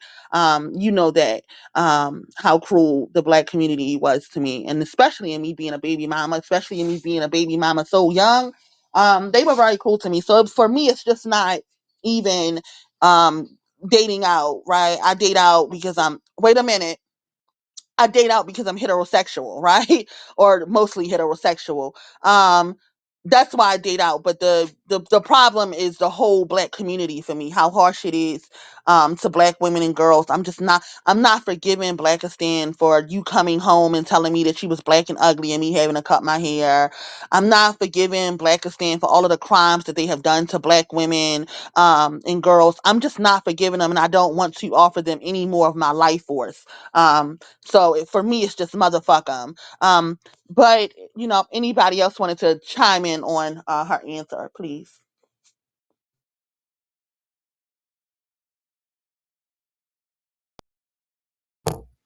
I'd like to speak. Welcome, Shannon. Can anybody? Hello? Yes, I hear you. Oh, good. Oh, good. So my name is Shannon, and I want to. I'll address. I think her name is Pudding. Um, First, I'll deal with the divestment. So for me, divestment isn't. It is more investment in yourself and in the things that you want to accomplish, and less investing outwardly in other things. Like I used to work at a prison, and the male prison was always full of women coming in to visit them. So I don't think we should be doing that. I think whatever resources we have as Black women, we need to put them into ourselves, little Black girls in our community and our church. To spend all that money to go visit these people in prison who's going to go right back to prison doesn't make any sense. And if you look at the female prison, they don't get any visitors. So they're not investing in you the way you're investing in them. So it's more of take your resources, whatever that is, your time, your energy, your mental health, and put it back into Black women and Black girls in places where it can multiply. As far as pudding is concerned, I think, I know it sounds kind of weird or odd, but it, like the other lady said, there are 2 million more Black women than there are Black men. And it's the situation in the Black community for the last 30 years have been going south. The relationship between Black men and Black women have been adversarial, has been hostile, has been aggressive. And I mean, just look around in the news how aggressive Black men are treating Black women. So I think, there's two parts of the situation, is that if you continue to interact with them, the more you're going to be damaged. And then the other part of it, if you know, delete or limit your interaction with them, the more you can build yourself up. And I know, there's a lot of things to discourage people from dating out. They say, well, they're just fetishizing, or there's this. A lot of this stuff is just to keep you alone so that when they're ready, or if they need to, they can come back home. So I would say, enjoy your life and date who you want. And just remember to just constantly invest in yourself and stop investing outwardly. That's it.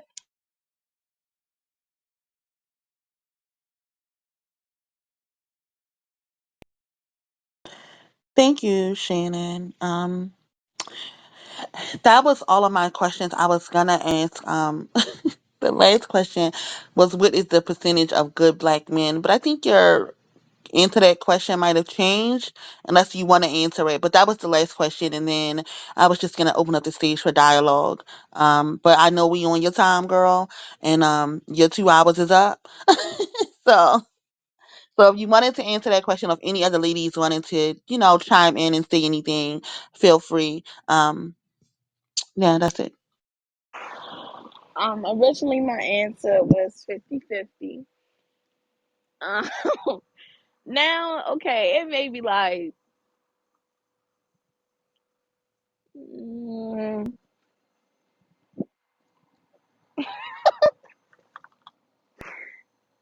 You're so uh, cute. Come on, girl, tell us. it might be like, I'm gonna say 30. Yeah, girl, stand on your 30, 30. 70. I'm gonna say 30. All right, And girl, like, stand I on have your a 30. question. Like, do y'all feel like it is some good Black men at all, or y'all just feel like there's none at all, like none worth dating at all?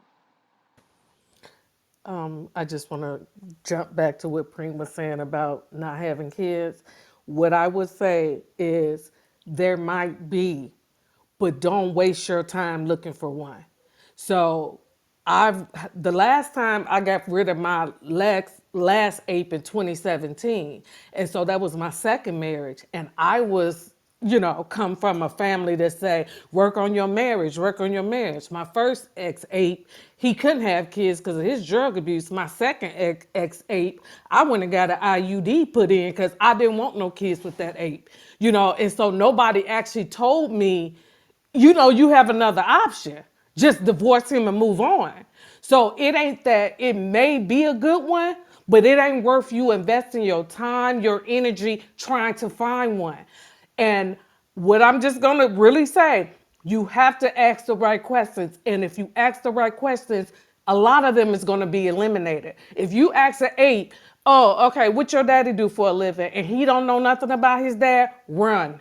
If he got a baby with somebody, run. I mean, it's basic things that when your standards are at a certain level, they don't even qualify for a conversation. So there might be a good one, but holding out hope and not exploring other opportunities, waiting on the eight, yeah, that's just what I have to say.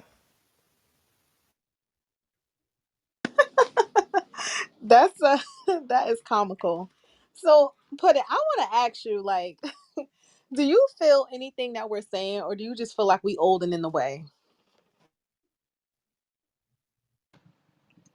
No, I definitely hear what y'all saying, and it's making me think a little more. Cause I mean, my mother said all the time, but it's different here.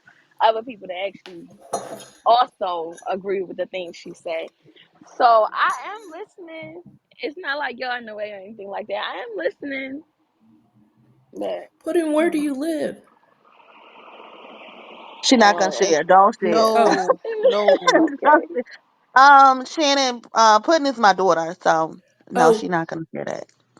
Well, Mhm. are you in a city or like a small A town or city, suburb? a city. Oh, city. Yeah, Okay. And do you like go to college or work? Do she's you a see college other student.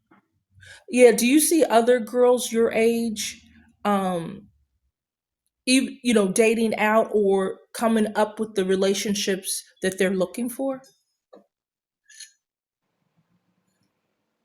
No, I've never seen any of my friends date out. No. And as far as like the relationship they're looking for, I feel like my a lot of my friends they accept the bare minimum from the guys that they date. So, or like they don't really know like what they want or what they really want to see in a relationship. So, I mean, for them, it's working, but is that something that I particularly would want? No. Gotcha. Now, are they from like your city or are they just girls from your college that moved there to go to that college? I have one friend from my city, and then my friends that are in college. Gotcha. I was about 20 years old, I'd say, when I realized that this thing with black men weren't going to work. And I was already dating out, but I just got serious with it. This is this is what black men refuse to say. They don't like black women. They just don't. They don't like black women. They refuse to say it. Men in general have a hierarchy for how they rank women. Black women are at the bottom. Excuse me. Black women are at the bottom of their hierarchy. They refuse to just say we don't like y'all. You're black. We don't like your skin. We don't like your features. We don't like your hair. We don't like anything about you. We don't like you. That's what they refuse to say. And let me add to that. Them saying that is no reflection of black women, right? That has nothing to do with us, right? A lot of how they feel about black women and their hate and their disdain for black women is attached to them being losers. Right, being losers on a global stage of men, right? Because they are the losers on a global stage of men, they think that exalting anything that is not representing them, right? Like they notice the things that they don't like on us, the same things that's on them, right? All them niggas that all just like the majority of black women are darker than me, right? The majority of niggas is darker than me, right? So how dare they not like dark skinned black women, right? The same hair that they don't like on black women is on them. This is a reflection of their own self hate and their own fucking suicide. They wish that they were not here, really. Um, and it has absolutely nothing to do with black women. And not only that, um, it not having anything to do with black women, I don't want young black women to ever take it into their body, right? That these apes, don't are like this, right? It has absolutely nothing to do with young black women. It has nothing to do with black women. They just they just hateful as fuck. And I think that that this kind of knowing this and then also pairing it with some of the work that I've done with you, like, when you came home and you said, you know that your hair was not pretty, and I said, because I had a perm, I cut that fucking perm off, right? And I was able to allow you to see the own beauty in your own self, and don't ever move away from that, right? Don't ever, as you get older and you start to realize, I guess, you get 20 and 21 and 23 and 24 and 25, and you start realizing that the chances of you appealing to an eight can't happen because of your standard. Do not ever lower your standard, right? Don't ever lower your standard to meet apes. That will keep you safe, right? I know, and we know, like, people in our family, talk about the fact that you're not gonna be with a black man, and I know that you won't, because it's impossible. It's impossible for you to be self-loving, um assertive, beautiful and flawless, and just all around, baby goddess, and be with an eight. It just can't happen. Like that don't happen. So I just want you to know, when we say these things about, black males' rejection of black women, it's something that we all have to deal with as black women, right? And if you feel any hurt feelings about it, all of us have, right? Have had some hurt feelings about the rejection of apes, even if it wasn't, to our core. Just the fact that your own demographic is not really checking for you like that, and if they do check for you, um they want you to be so low in the piss that they can trample you, like, that's hurtful. But don't take it in your body. I wanted to say, the reason why I asked you, put in, if you felt like we were just old and in the way, is because I know you're much older, but like I was saying, I have a niece who's 17, and we talk often, and it's so interesting to me how she can tell me that. So she's a dark skinned black woman. She's a plus size teenager, and her best friend is a light skinned black woman, who young black girl. Excuse me. They're both young black girls, and her best friend runs track, and she is what I guess some would call, quote unquote, the preference.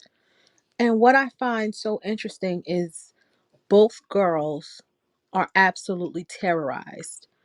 Her best friend is terrorized by the aggression, and my niece is terrorized by the rejection.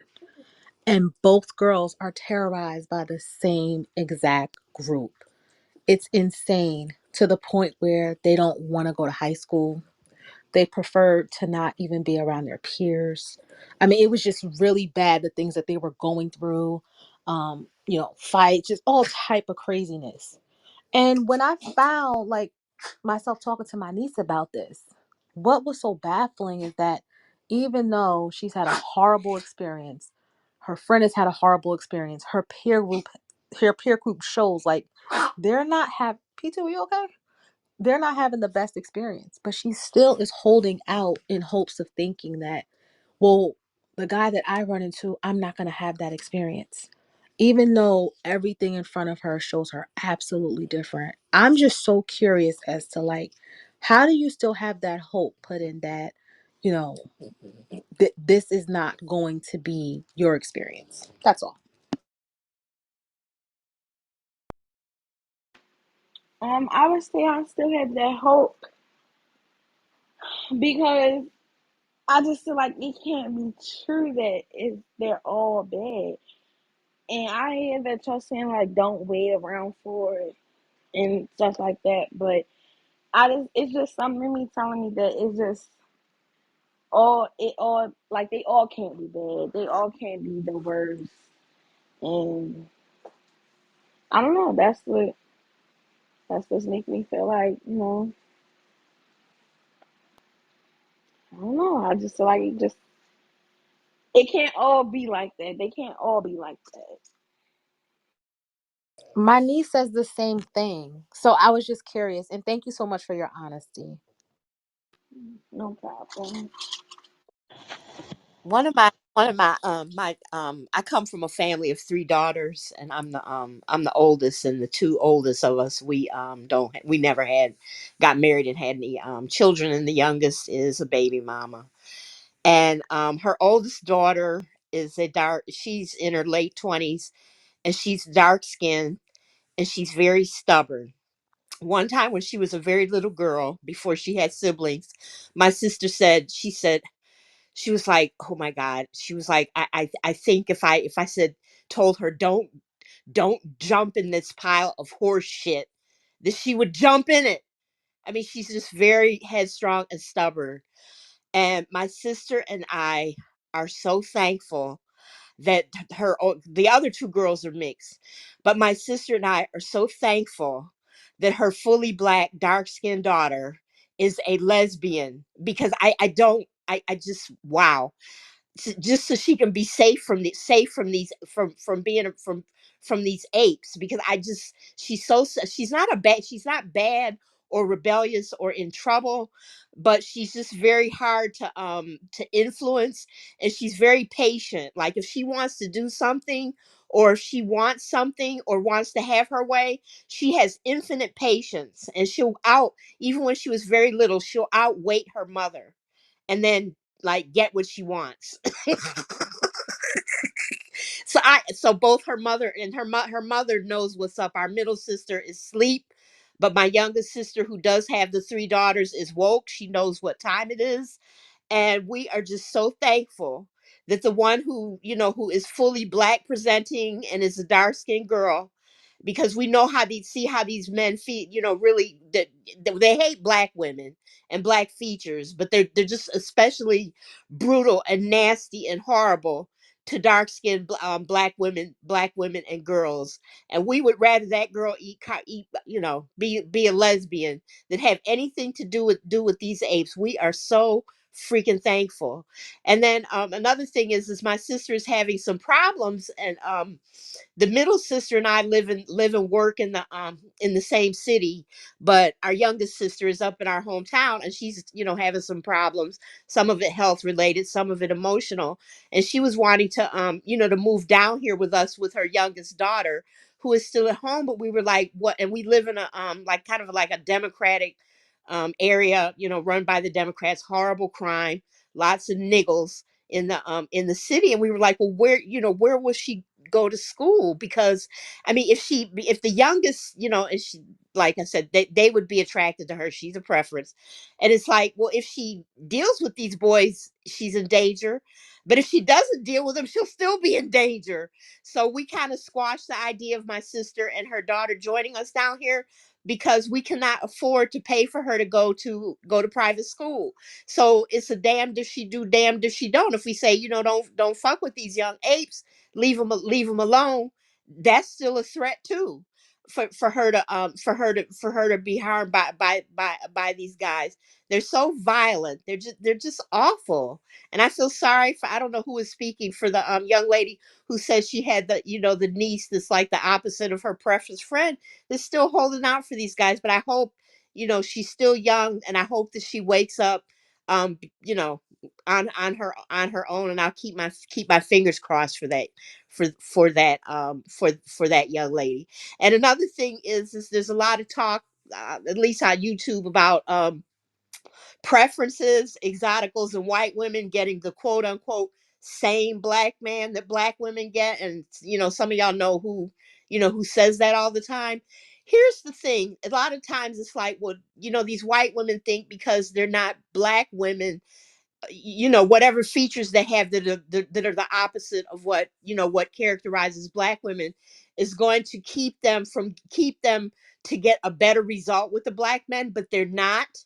But what that looks like in black women is the black woman who thinks that they're going to get that they are going to find that one black guy who's going to treat them well, or that sister who becomes a baby mama by some other guy who has two other baby mamas, but her kid is going to be the exception. So that's what that looks like for black women with these men. It's the same the same mindset, except for with the, you know, the exoticals, the preferences in the white women.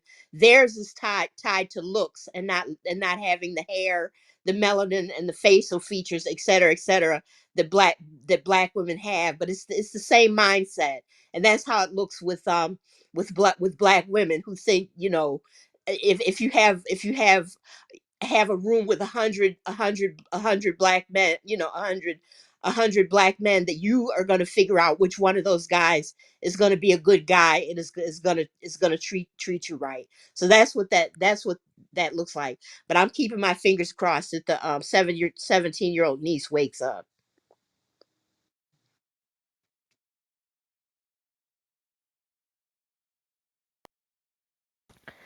If you don't mind putting, could you, if you feel comfortable sharing, tell us about how do you vet, how do you determine how to pick a suitable mate? I mean, like, what is it a checklist? Because like I said, Auntie old, I'm almost 50, and I know that in my younger years, nobody taught me how to choose a mate. So I'm just curious that do you have standards? Do you and your girlfriends talk about, oh no, I don't date men that smoke, I don't drink, things like that? I would say it's like a mental checklist, not necessarily like an actual checklist. But I would say just like, you can't talk to me any type of way. Um, no cheating. Um, like you gotta be able you gotta like adore me in a way, like, hold on, my AirPod died. But oh, it's I don't know if I would date somebody that's really smokes, because I don't know, I just don't like smoking. Um,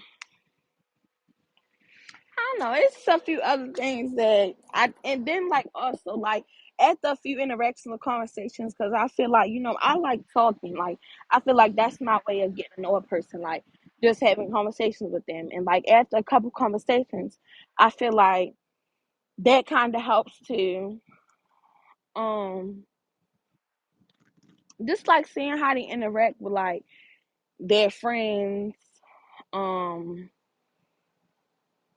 and yeah, it's some other things I can't really think of like off the top of my head, but like I feel like I can catch a sign that this ain't the one. Like I feel like I can just catch a sign, but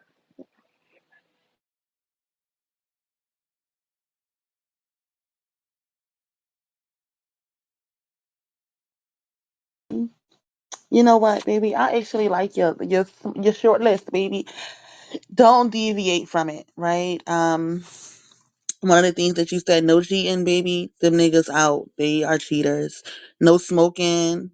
Of course smoke. I mean, you don't want them to talk to you any kind of way. Like, this is just typical nigga shit. Like, it's no way to really get around some of that. One of the ladies in the chat said, keep your standards high as a giraffe pussy, baby. That's it, baby. Don't lower the things that you have listed, and however you feel in your spirit, right? Because I know that it's a lot, it's a lot more.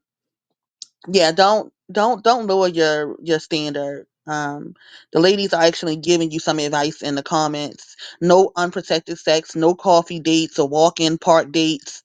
Uh, so yeah, just keep your standards high, baby. I think that that will save you a lot of heartache in Blackistan. I think that some of your standards actually just weed out the niggas. It's just no. I truly, honestly think that how you exist, um, unfortunately, it's like uh repellent for the niggas. Like they're just not gonna be in your realm. So that's um that's what I gotta say. If anybody else want to say anything, share. If anybody want to come on stage, you can come up on stage and ask any questions that you want to ask. This is my daughter, so I am being very protective of some of the things that I would like her to be asked. Ain't nobody gonna be calling my 20-year-old daughter no mammy. Um, um, so you're welcome to come up on stage. Welcome, I Seal. I'd like Hey, to say Preem. that. Oh, go ahead. Oh, hey, Preem. Hey, Puddin. It's nice to hear from you. Like your mother speaks so highly of you. So I'm just happy to just have you on the app.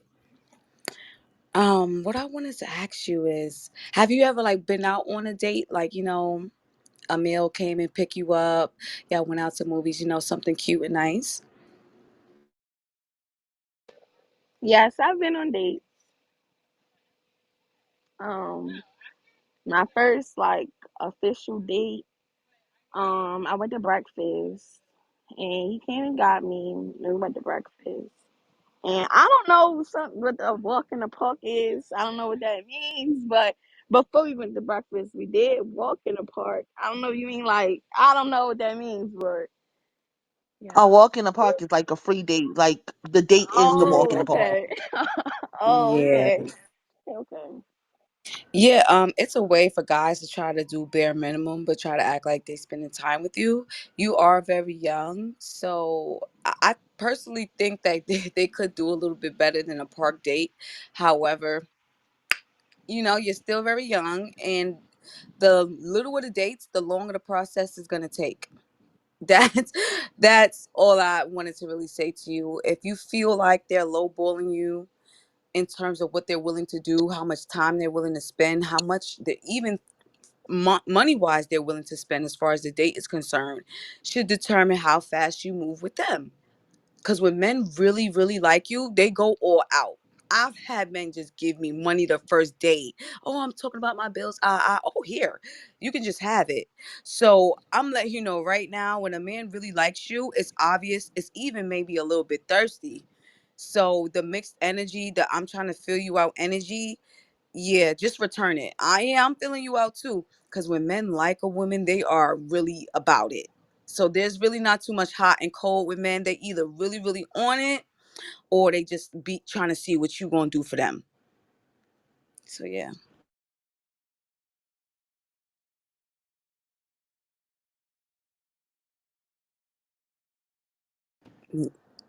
Gotta be red carpet.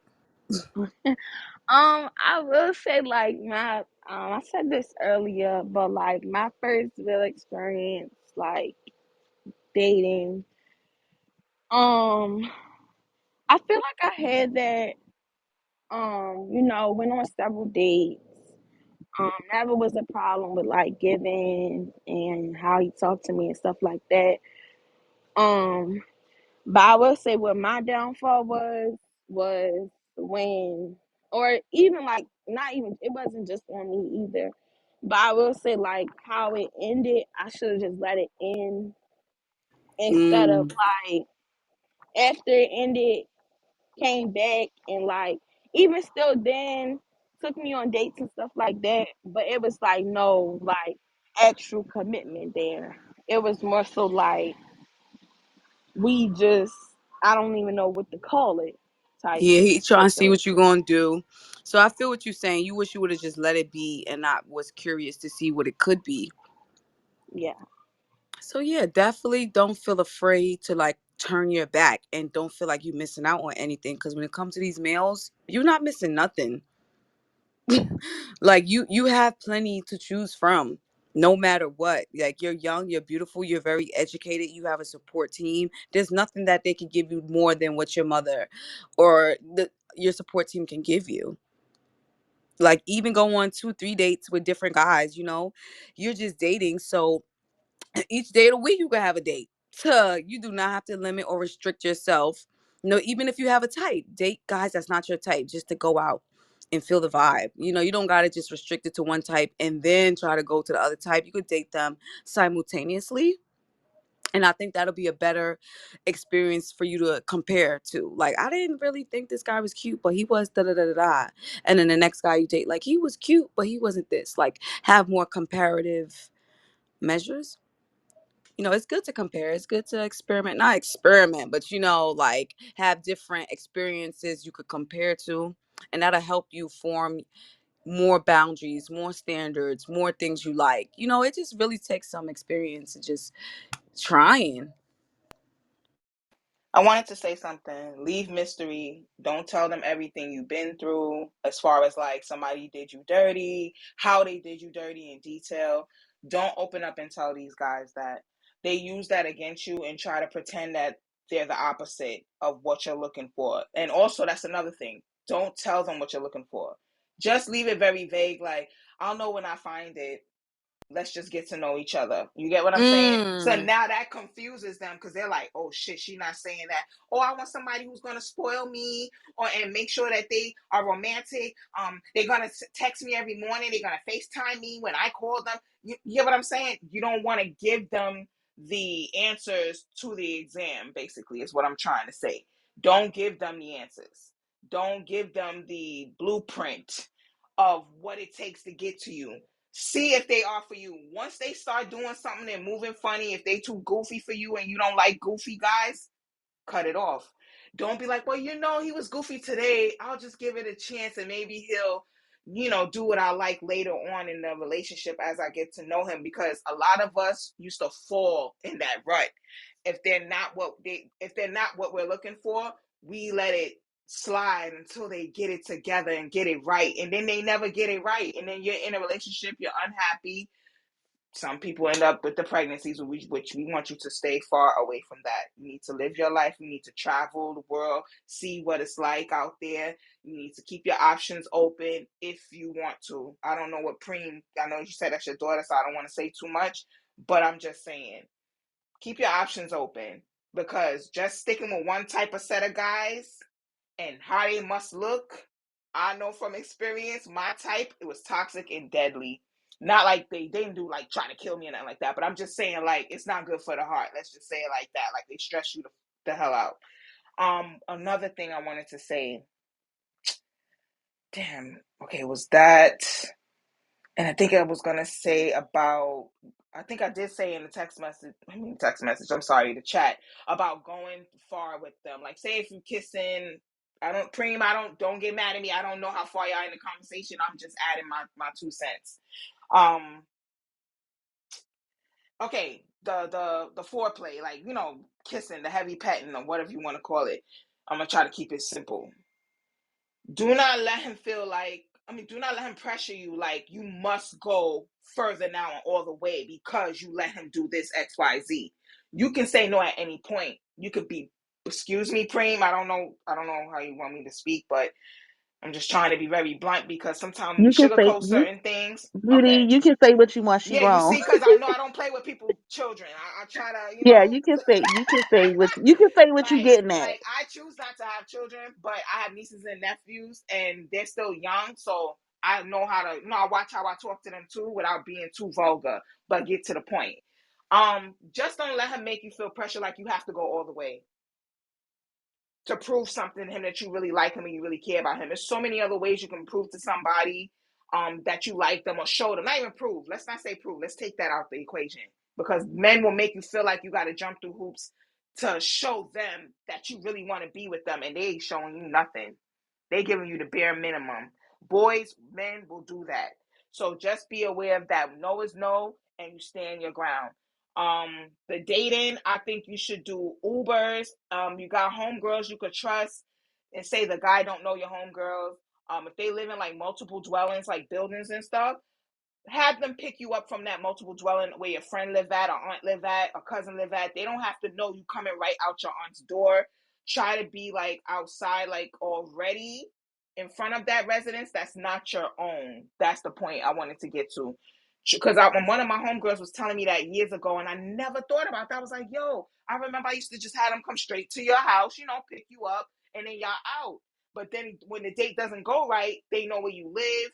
One time they'll come to your door talking about, oh, because I know you wasn't answering my call. You don't want them kind of crazies. Remember that something happened on the news. It was a gentleman that got mad because the girlfriend broke up with him. He called her, I think, 15 times and she didn't pick up. And I don't know, Preem, if you talked to her about femicide and stuff, but he unalived her. Yeah, she's aware. She's aware. Okay, Yeah. okay. So you see how I'm trying to be careful here. I'm trying to be careful. But if I come up with anything else, I'll say something again on stage. But I like this room because I always like wanted something like that where we could talk to the younger women and maybe they could share it to certain friends. And oh, if you share this information with a homegirl and she's combative, say she just got clapbacks with like, oh, she not trying to hear that, she don't want to be on your wave, tread lightly with her and move in silence with her. You still stick to your standards and keep them high, and you keep doing what you doing for you, and you watch them fall under. Because I had to do that too after a while. I had certain friends that's just penis crazy, penis crazy friends. Everything is about niggas, niggas, niggas, niggas, niggas, niggas, niggas, niggas, niggas, niggas, niggas all the time. Nigga giving me problem. Oh, I'm pregnant. Turn around, get pregnant again from the next one, get pregnant again from the next one. So I knew I didn't want that kind of life. I saw there was no benefits in that. I saw having a child young and want to still enjoy myself and be out there and have a good time and, just experience things. I saw it was a setback because I saw it with my friends. Even though they had family members that would babysit, it was like a struggle to still get that babysitter. They didn't have time to themselves. They had to wake up all times of morning and middle of the night. When the children get a little older, they getting sick. You gotta call out of work. You gotta do a lot. It just takes a lot from you. And I heard them complain a lot. They didn't get enough sleep. Even when these kids was 5 and 6 and 7 and 8 and 9, they still wasn't getting enough sleep. So you don't really want to put that on yourself. And I'm gonna say because you're young, don't have children. Children are a burden. I'm gonna put the fear in you. They're a burden. I see my friends go through it, and I chose not to have them because I don't want to be tied down like that. So I know if that's your decision when you get older, that's fine. But in your younger years, please don't even think about them. Don't even try to go down that route, and don't do it to please no guy either. I'm done.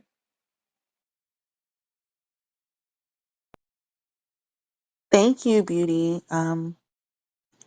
Yeah, thank you for sharing those things with my baby. But yeah, one time we was in the car, my niece is climbing all over the place, and my daughter looked at me and she was like, "Ma, is kids even to move?"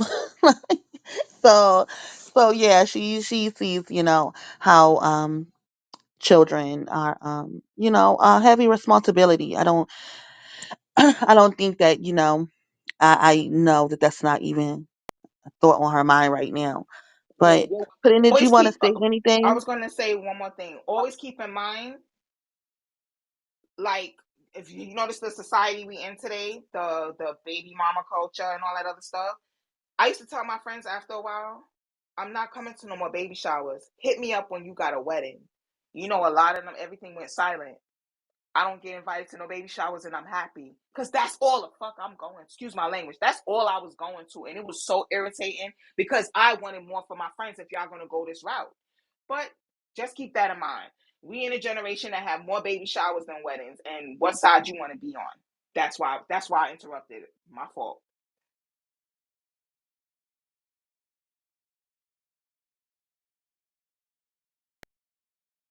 And I think that Puddin is smart enough not to go the baby mother route.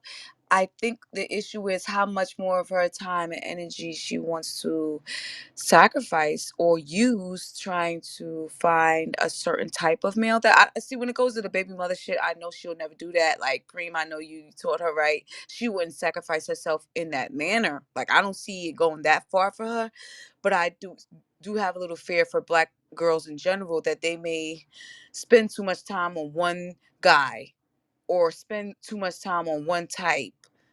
That's more so of the fear. It's her time and her energy.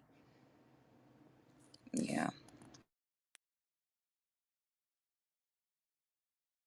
That's where a lot of us fell short. Mm-hmm. And some older women will not tell you that.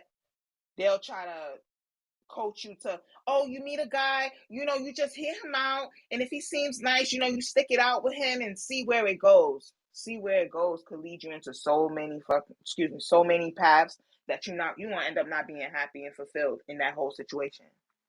You're gonna end up not being happy and fulfilled. Keep your options open. And if they don't like it, oh well. If they don't like it that, oh, I'm getting to know somebody else and may the best guy win.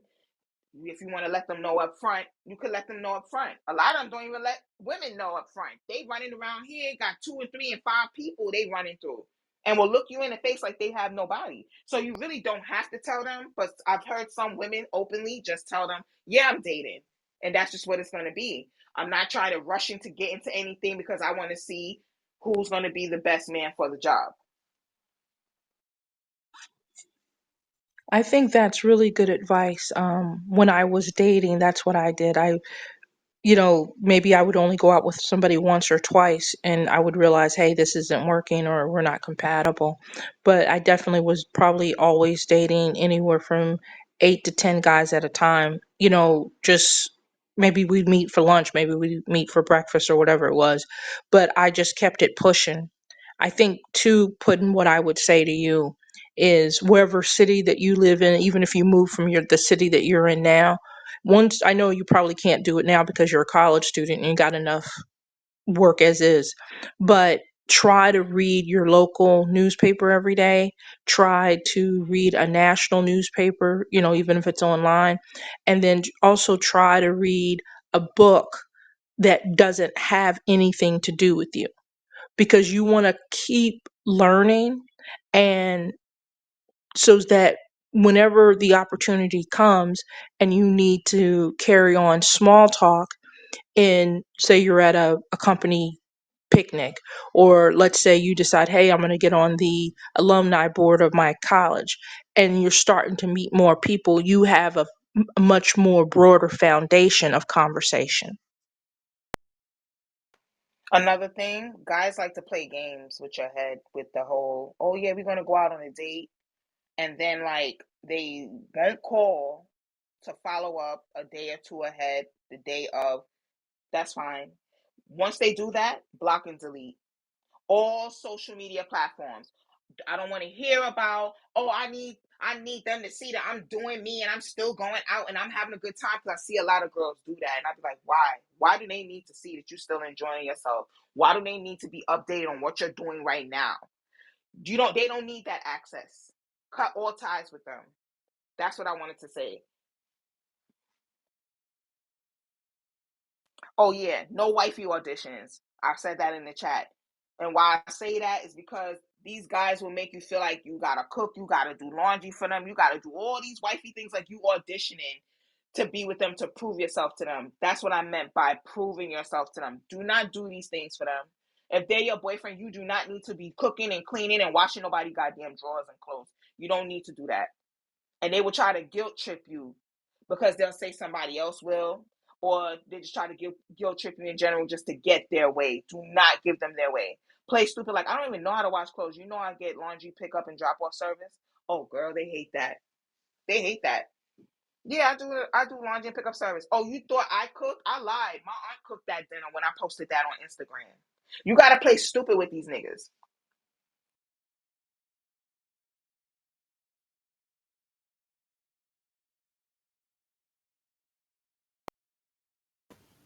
Yeah, if you allow males to waste your time, they will. One other thing that I wish I would have done in my younger years was I took a tour, European guided tour when I was 30, and it opened up my eyes to how other people live, how other people are. They treated me like a superstar because they wasn't used to seeing black women where I've went. So, you can save up, few your girlfriends, make sure it's a guided tour where, safety and all that other stuff. But sometimes just getting outside of this country and just seeing how others, I mean, I was at Paris and London and Germany and Italy, and I'm seeing stuff that I learned about in a history book, and now I'm here taking a picture in front of the Leaning Tower. That's a different experience. So it's so much more outside of Blackistan that you just got to be willing to put yourself in a different situation, and you'll enjoy it. Another thing I've been hearing guys say, young boys to older men be saying, okay, nobody get triggered, okay, because I don't wear that kind of stuff. Them Michael Kors bags, child. Okay. I didn't say Marc Jacob because that's the shit. Michael Kors versus a Chanel chick versus a YSL chick. Them kind of girls, right? We're going to talk about it. because the men will try to manipulate you to make you feel like, well, if you was wearing nothing but Michael Kors or Coach bag or just a random bag from Shein, right? Why you asking me for a YSL? You deserve the YSL. Fuck what these niggas say. Excuse my language, Preem. Fuck what these niggas say. Because they will try to manipulate you to settle for the lowest of the fucking low. And when you fall for that, it's no way of climbing out of that shit until you leave that nigga. And then you heal. And then you remember who the fuck you are. Excuse my language, Preem. And then you remember who the fuck you are. And sometimes that takes time. And then you want to come back out in the scene again and start dating again. So you don't want nobody trying to manipulate you and make you settle for less. Okay? I don't care if you was wearing a rainbows outfit with some little $2 chocolatas on your feet. I don't care. If you saw something that you want and it's expensive, don't let no man try to manipulate you. Oh, why you want that? Oh, you ain't even come in a relationship with that, so you don't deserve that. Because they do that a lot lately, and they're doing it even more on this app. So I just want to put that out there. Have you been in the other rooms? Preem, has she been in the Oh, I'm other sorry. I thought you were talking rooms? to me. My fault. Oh no no. No, I've never been in another room. Whoo, that'll No, do this it. is she's on my she's on my it was my account, my burner account. But no, she isn't really in any of these circles. She doesn't really go onto YouTube and watch the YouTube. Like I sent her some of Paris Malone work. I have forced her to listen to Miss Archduchess. Um Not forced. yeah, I have to.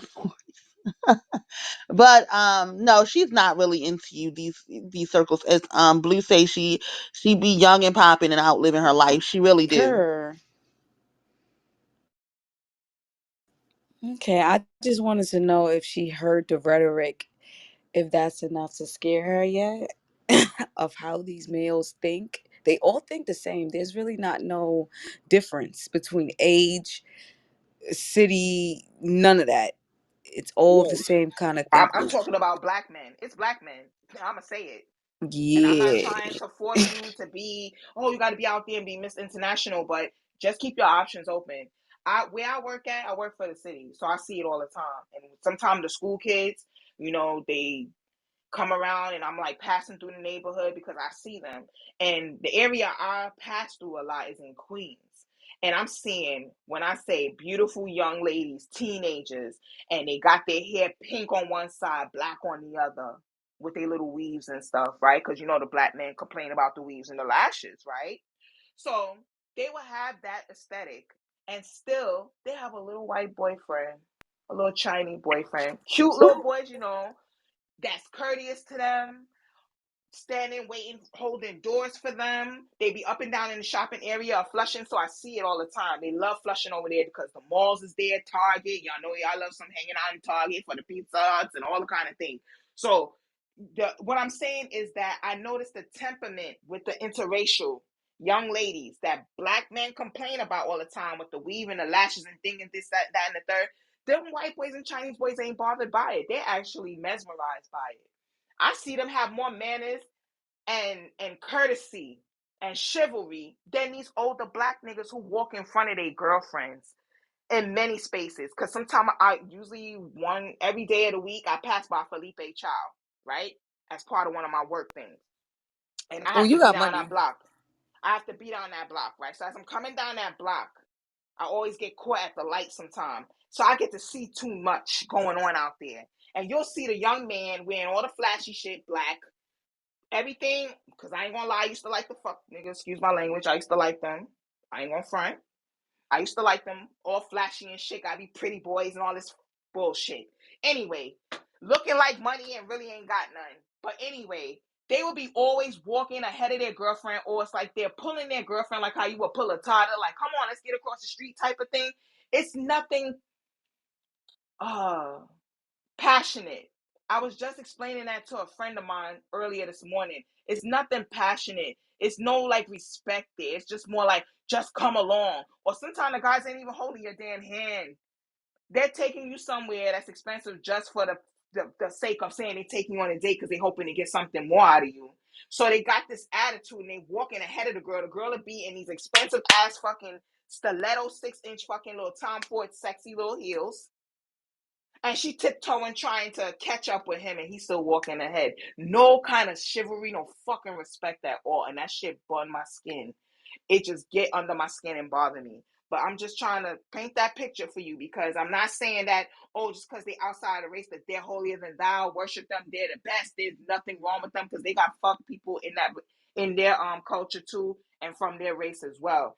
Just make sure you pick the right one for you that suits you and you're gonna benefit from. Always move forward with dating. I had to learn this shit about 7 years ago. Anytime you dating, make sure it's always about benefiting you. Fuck about what you gonna do for them, or how you gonna please them, or how you gotta keep them interested. It's about are they gonna keep your interest.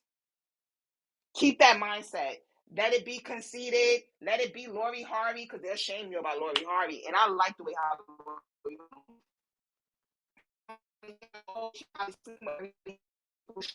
people Oh, shame you in the you. Matrix, Date babe. multiple people.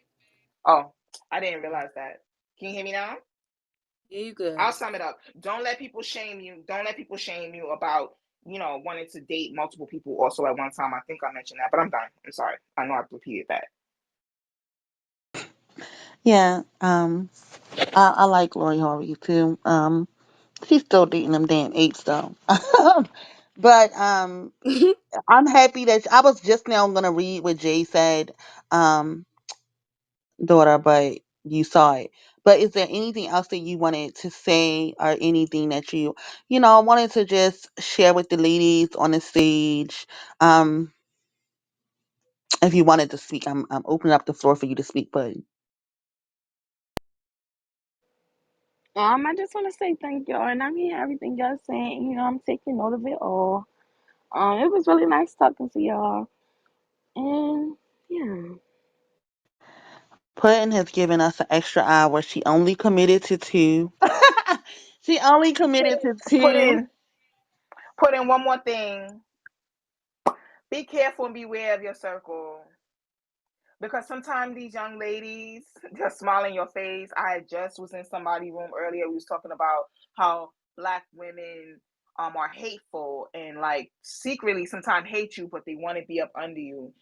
You're gonna find some young ladies try to say snide remarks to you if they see a guy treating you well.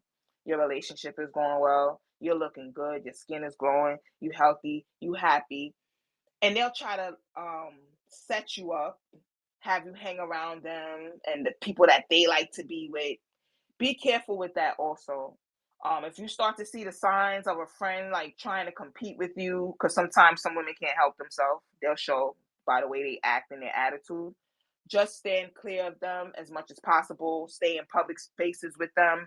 Don't be going to go chill with them and hang out at somebody's house and all this other stuff if you're very if you find them to be leery, as we say in Brooklyn, like they mad leery, like we don't trust them niggas, like that kind of thing. If you can't trust them fully, don't find yourself going in enclosed spaces with them, like house parties and get-togethers and shit like that. We had a young lady on this app. She told her best friend that she's celibate now for a few years. The I'm getting mad now. The chick turned around, made her come out to a party because her friend is loose and she like all these nakeds out here. So her friend told her come to some little industry party from some rapper that they know, a upcoming rapper, not like out there, but he's up and coming. Um, they get there to this get together. All of a sudden, this young lady passes out, sleep from whatever she drank. Right? She wakes up. A lot of things done happened to her. She had to go to the hospital, get tested, and all this other stuff. Do you know the whole time that best friend told her, I can't come with you to the hospital because I gotta go pick up my dog. I had my mother babysit my dog when we was hanging out with them niggas. What is that telling you right there? That best friend knew that she was celibate for a while. But she explained, my friend liked to get down and be a vibe with these niggas. In other words, she liked to sleep with these niggas, have that kind of good time, right? That friend was envious of her, is what I'm trying to get to.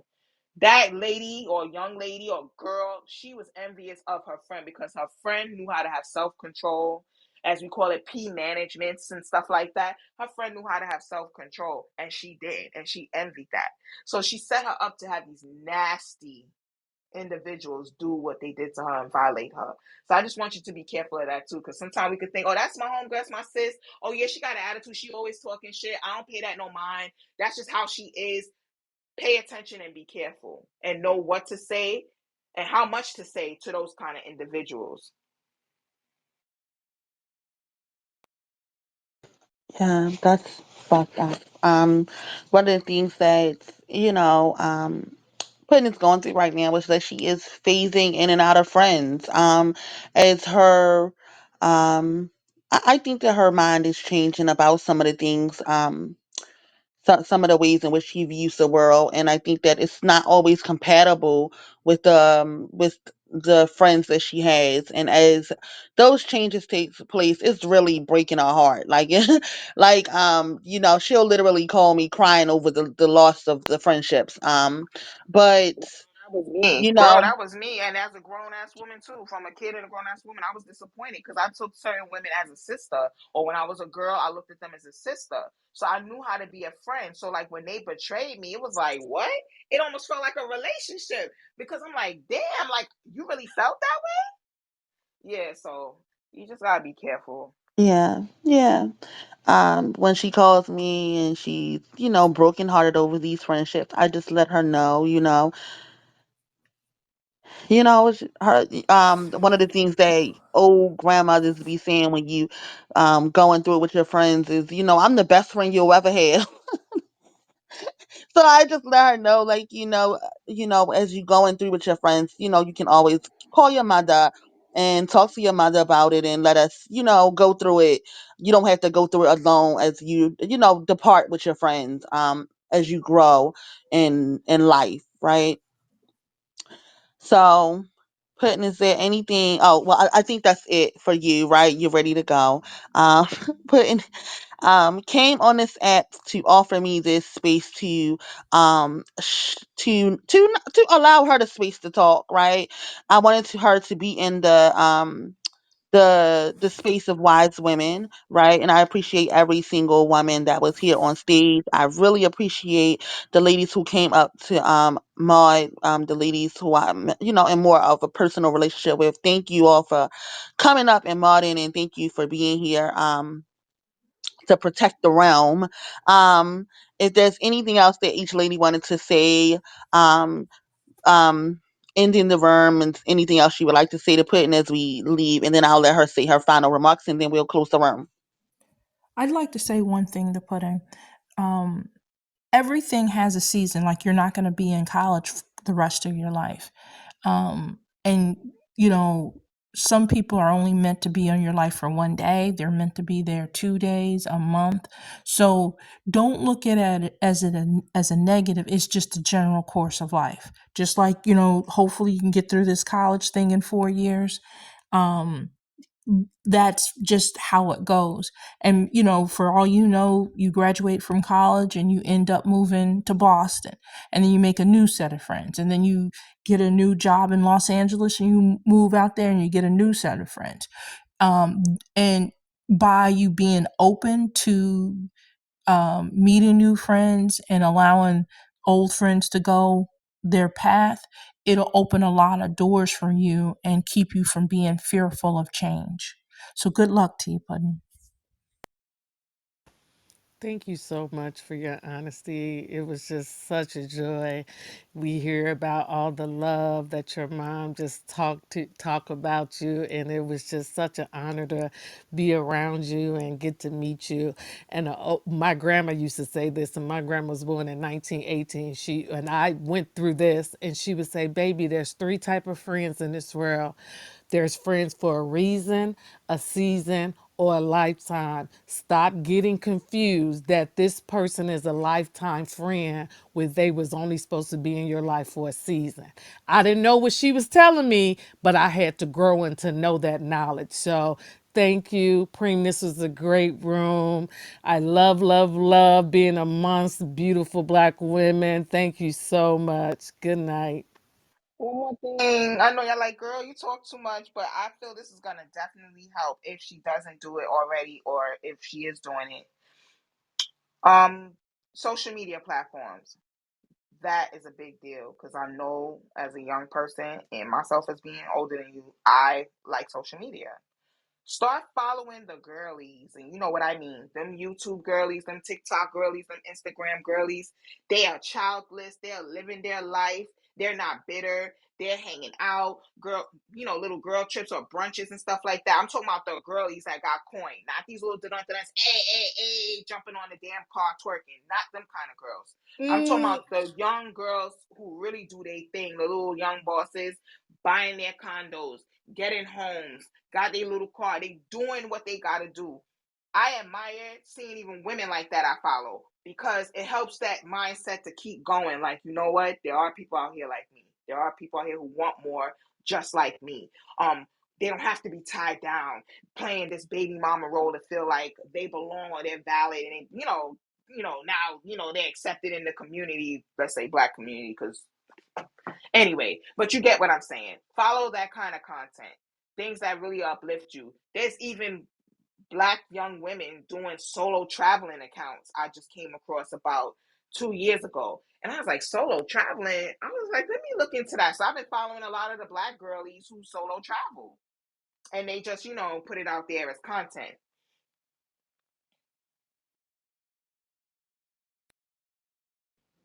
Facts.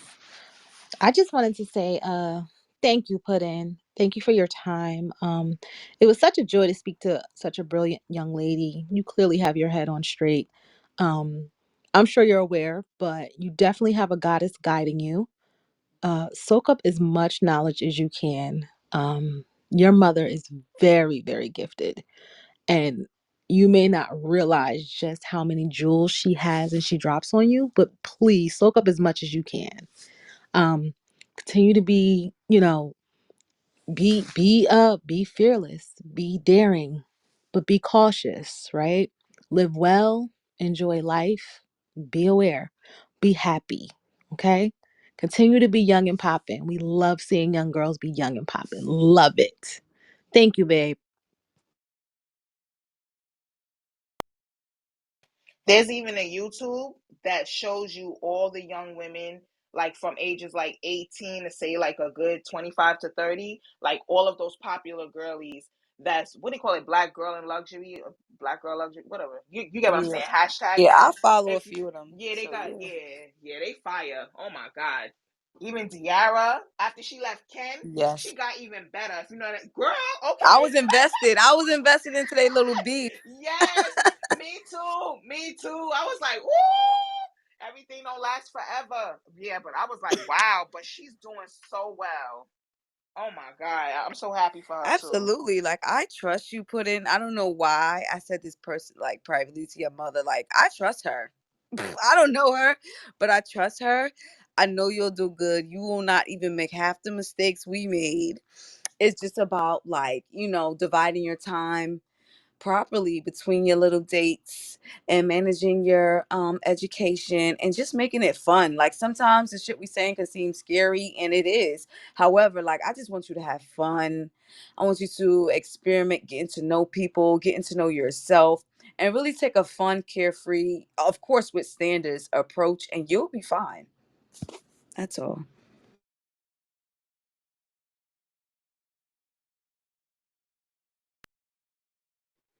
Okay, thank you, ladies, again for your knowledge and your wisdom and your patience and your being here and your just showering my daughter with so much love and good juju and all of the good things that life has to offer. Daughter, as I always say the world is at your feet, baby, and I mean it. The world is at your feet. I am I am 150% sure that you will make all the right decisions for your life, right? I of course never want you to ever live in hopelessness I never want you to live in a way in which you feel like it's, the way that we exist as black women is just, too much for us to come out of, because for us as black women separated from the black community and blackistan and black people, it's so much joy on the other side, right? Um and i and I know that, that's where you exist. So I want to thank you personally for being here. I know, girl, I know that we, took up some of your time, so I want to thank you for being here. I want to thank you for your humility, in being in a position to sit at the feet of knowledge here, because it was lots of women who came into this space who, dropped lots of gems on you, and I'm grateful that you were able to soak it up. I love you, and I think that's it. If no one else has anything else to say, I think that we're gonna, close the room. Love you, baby.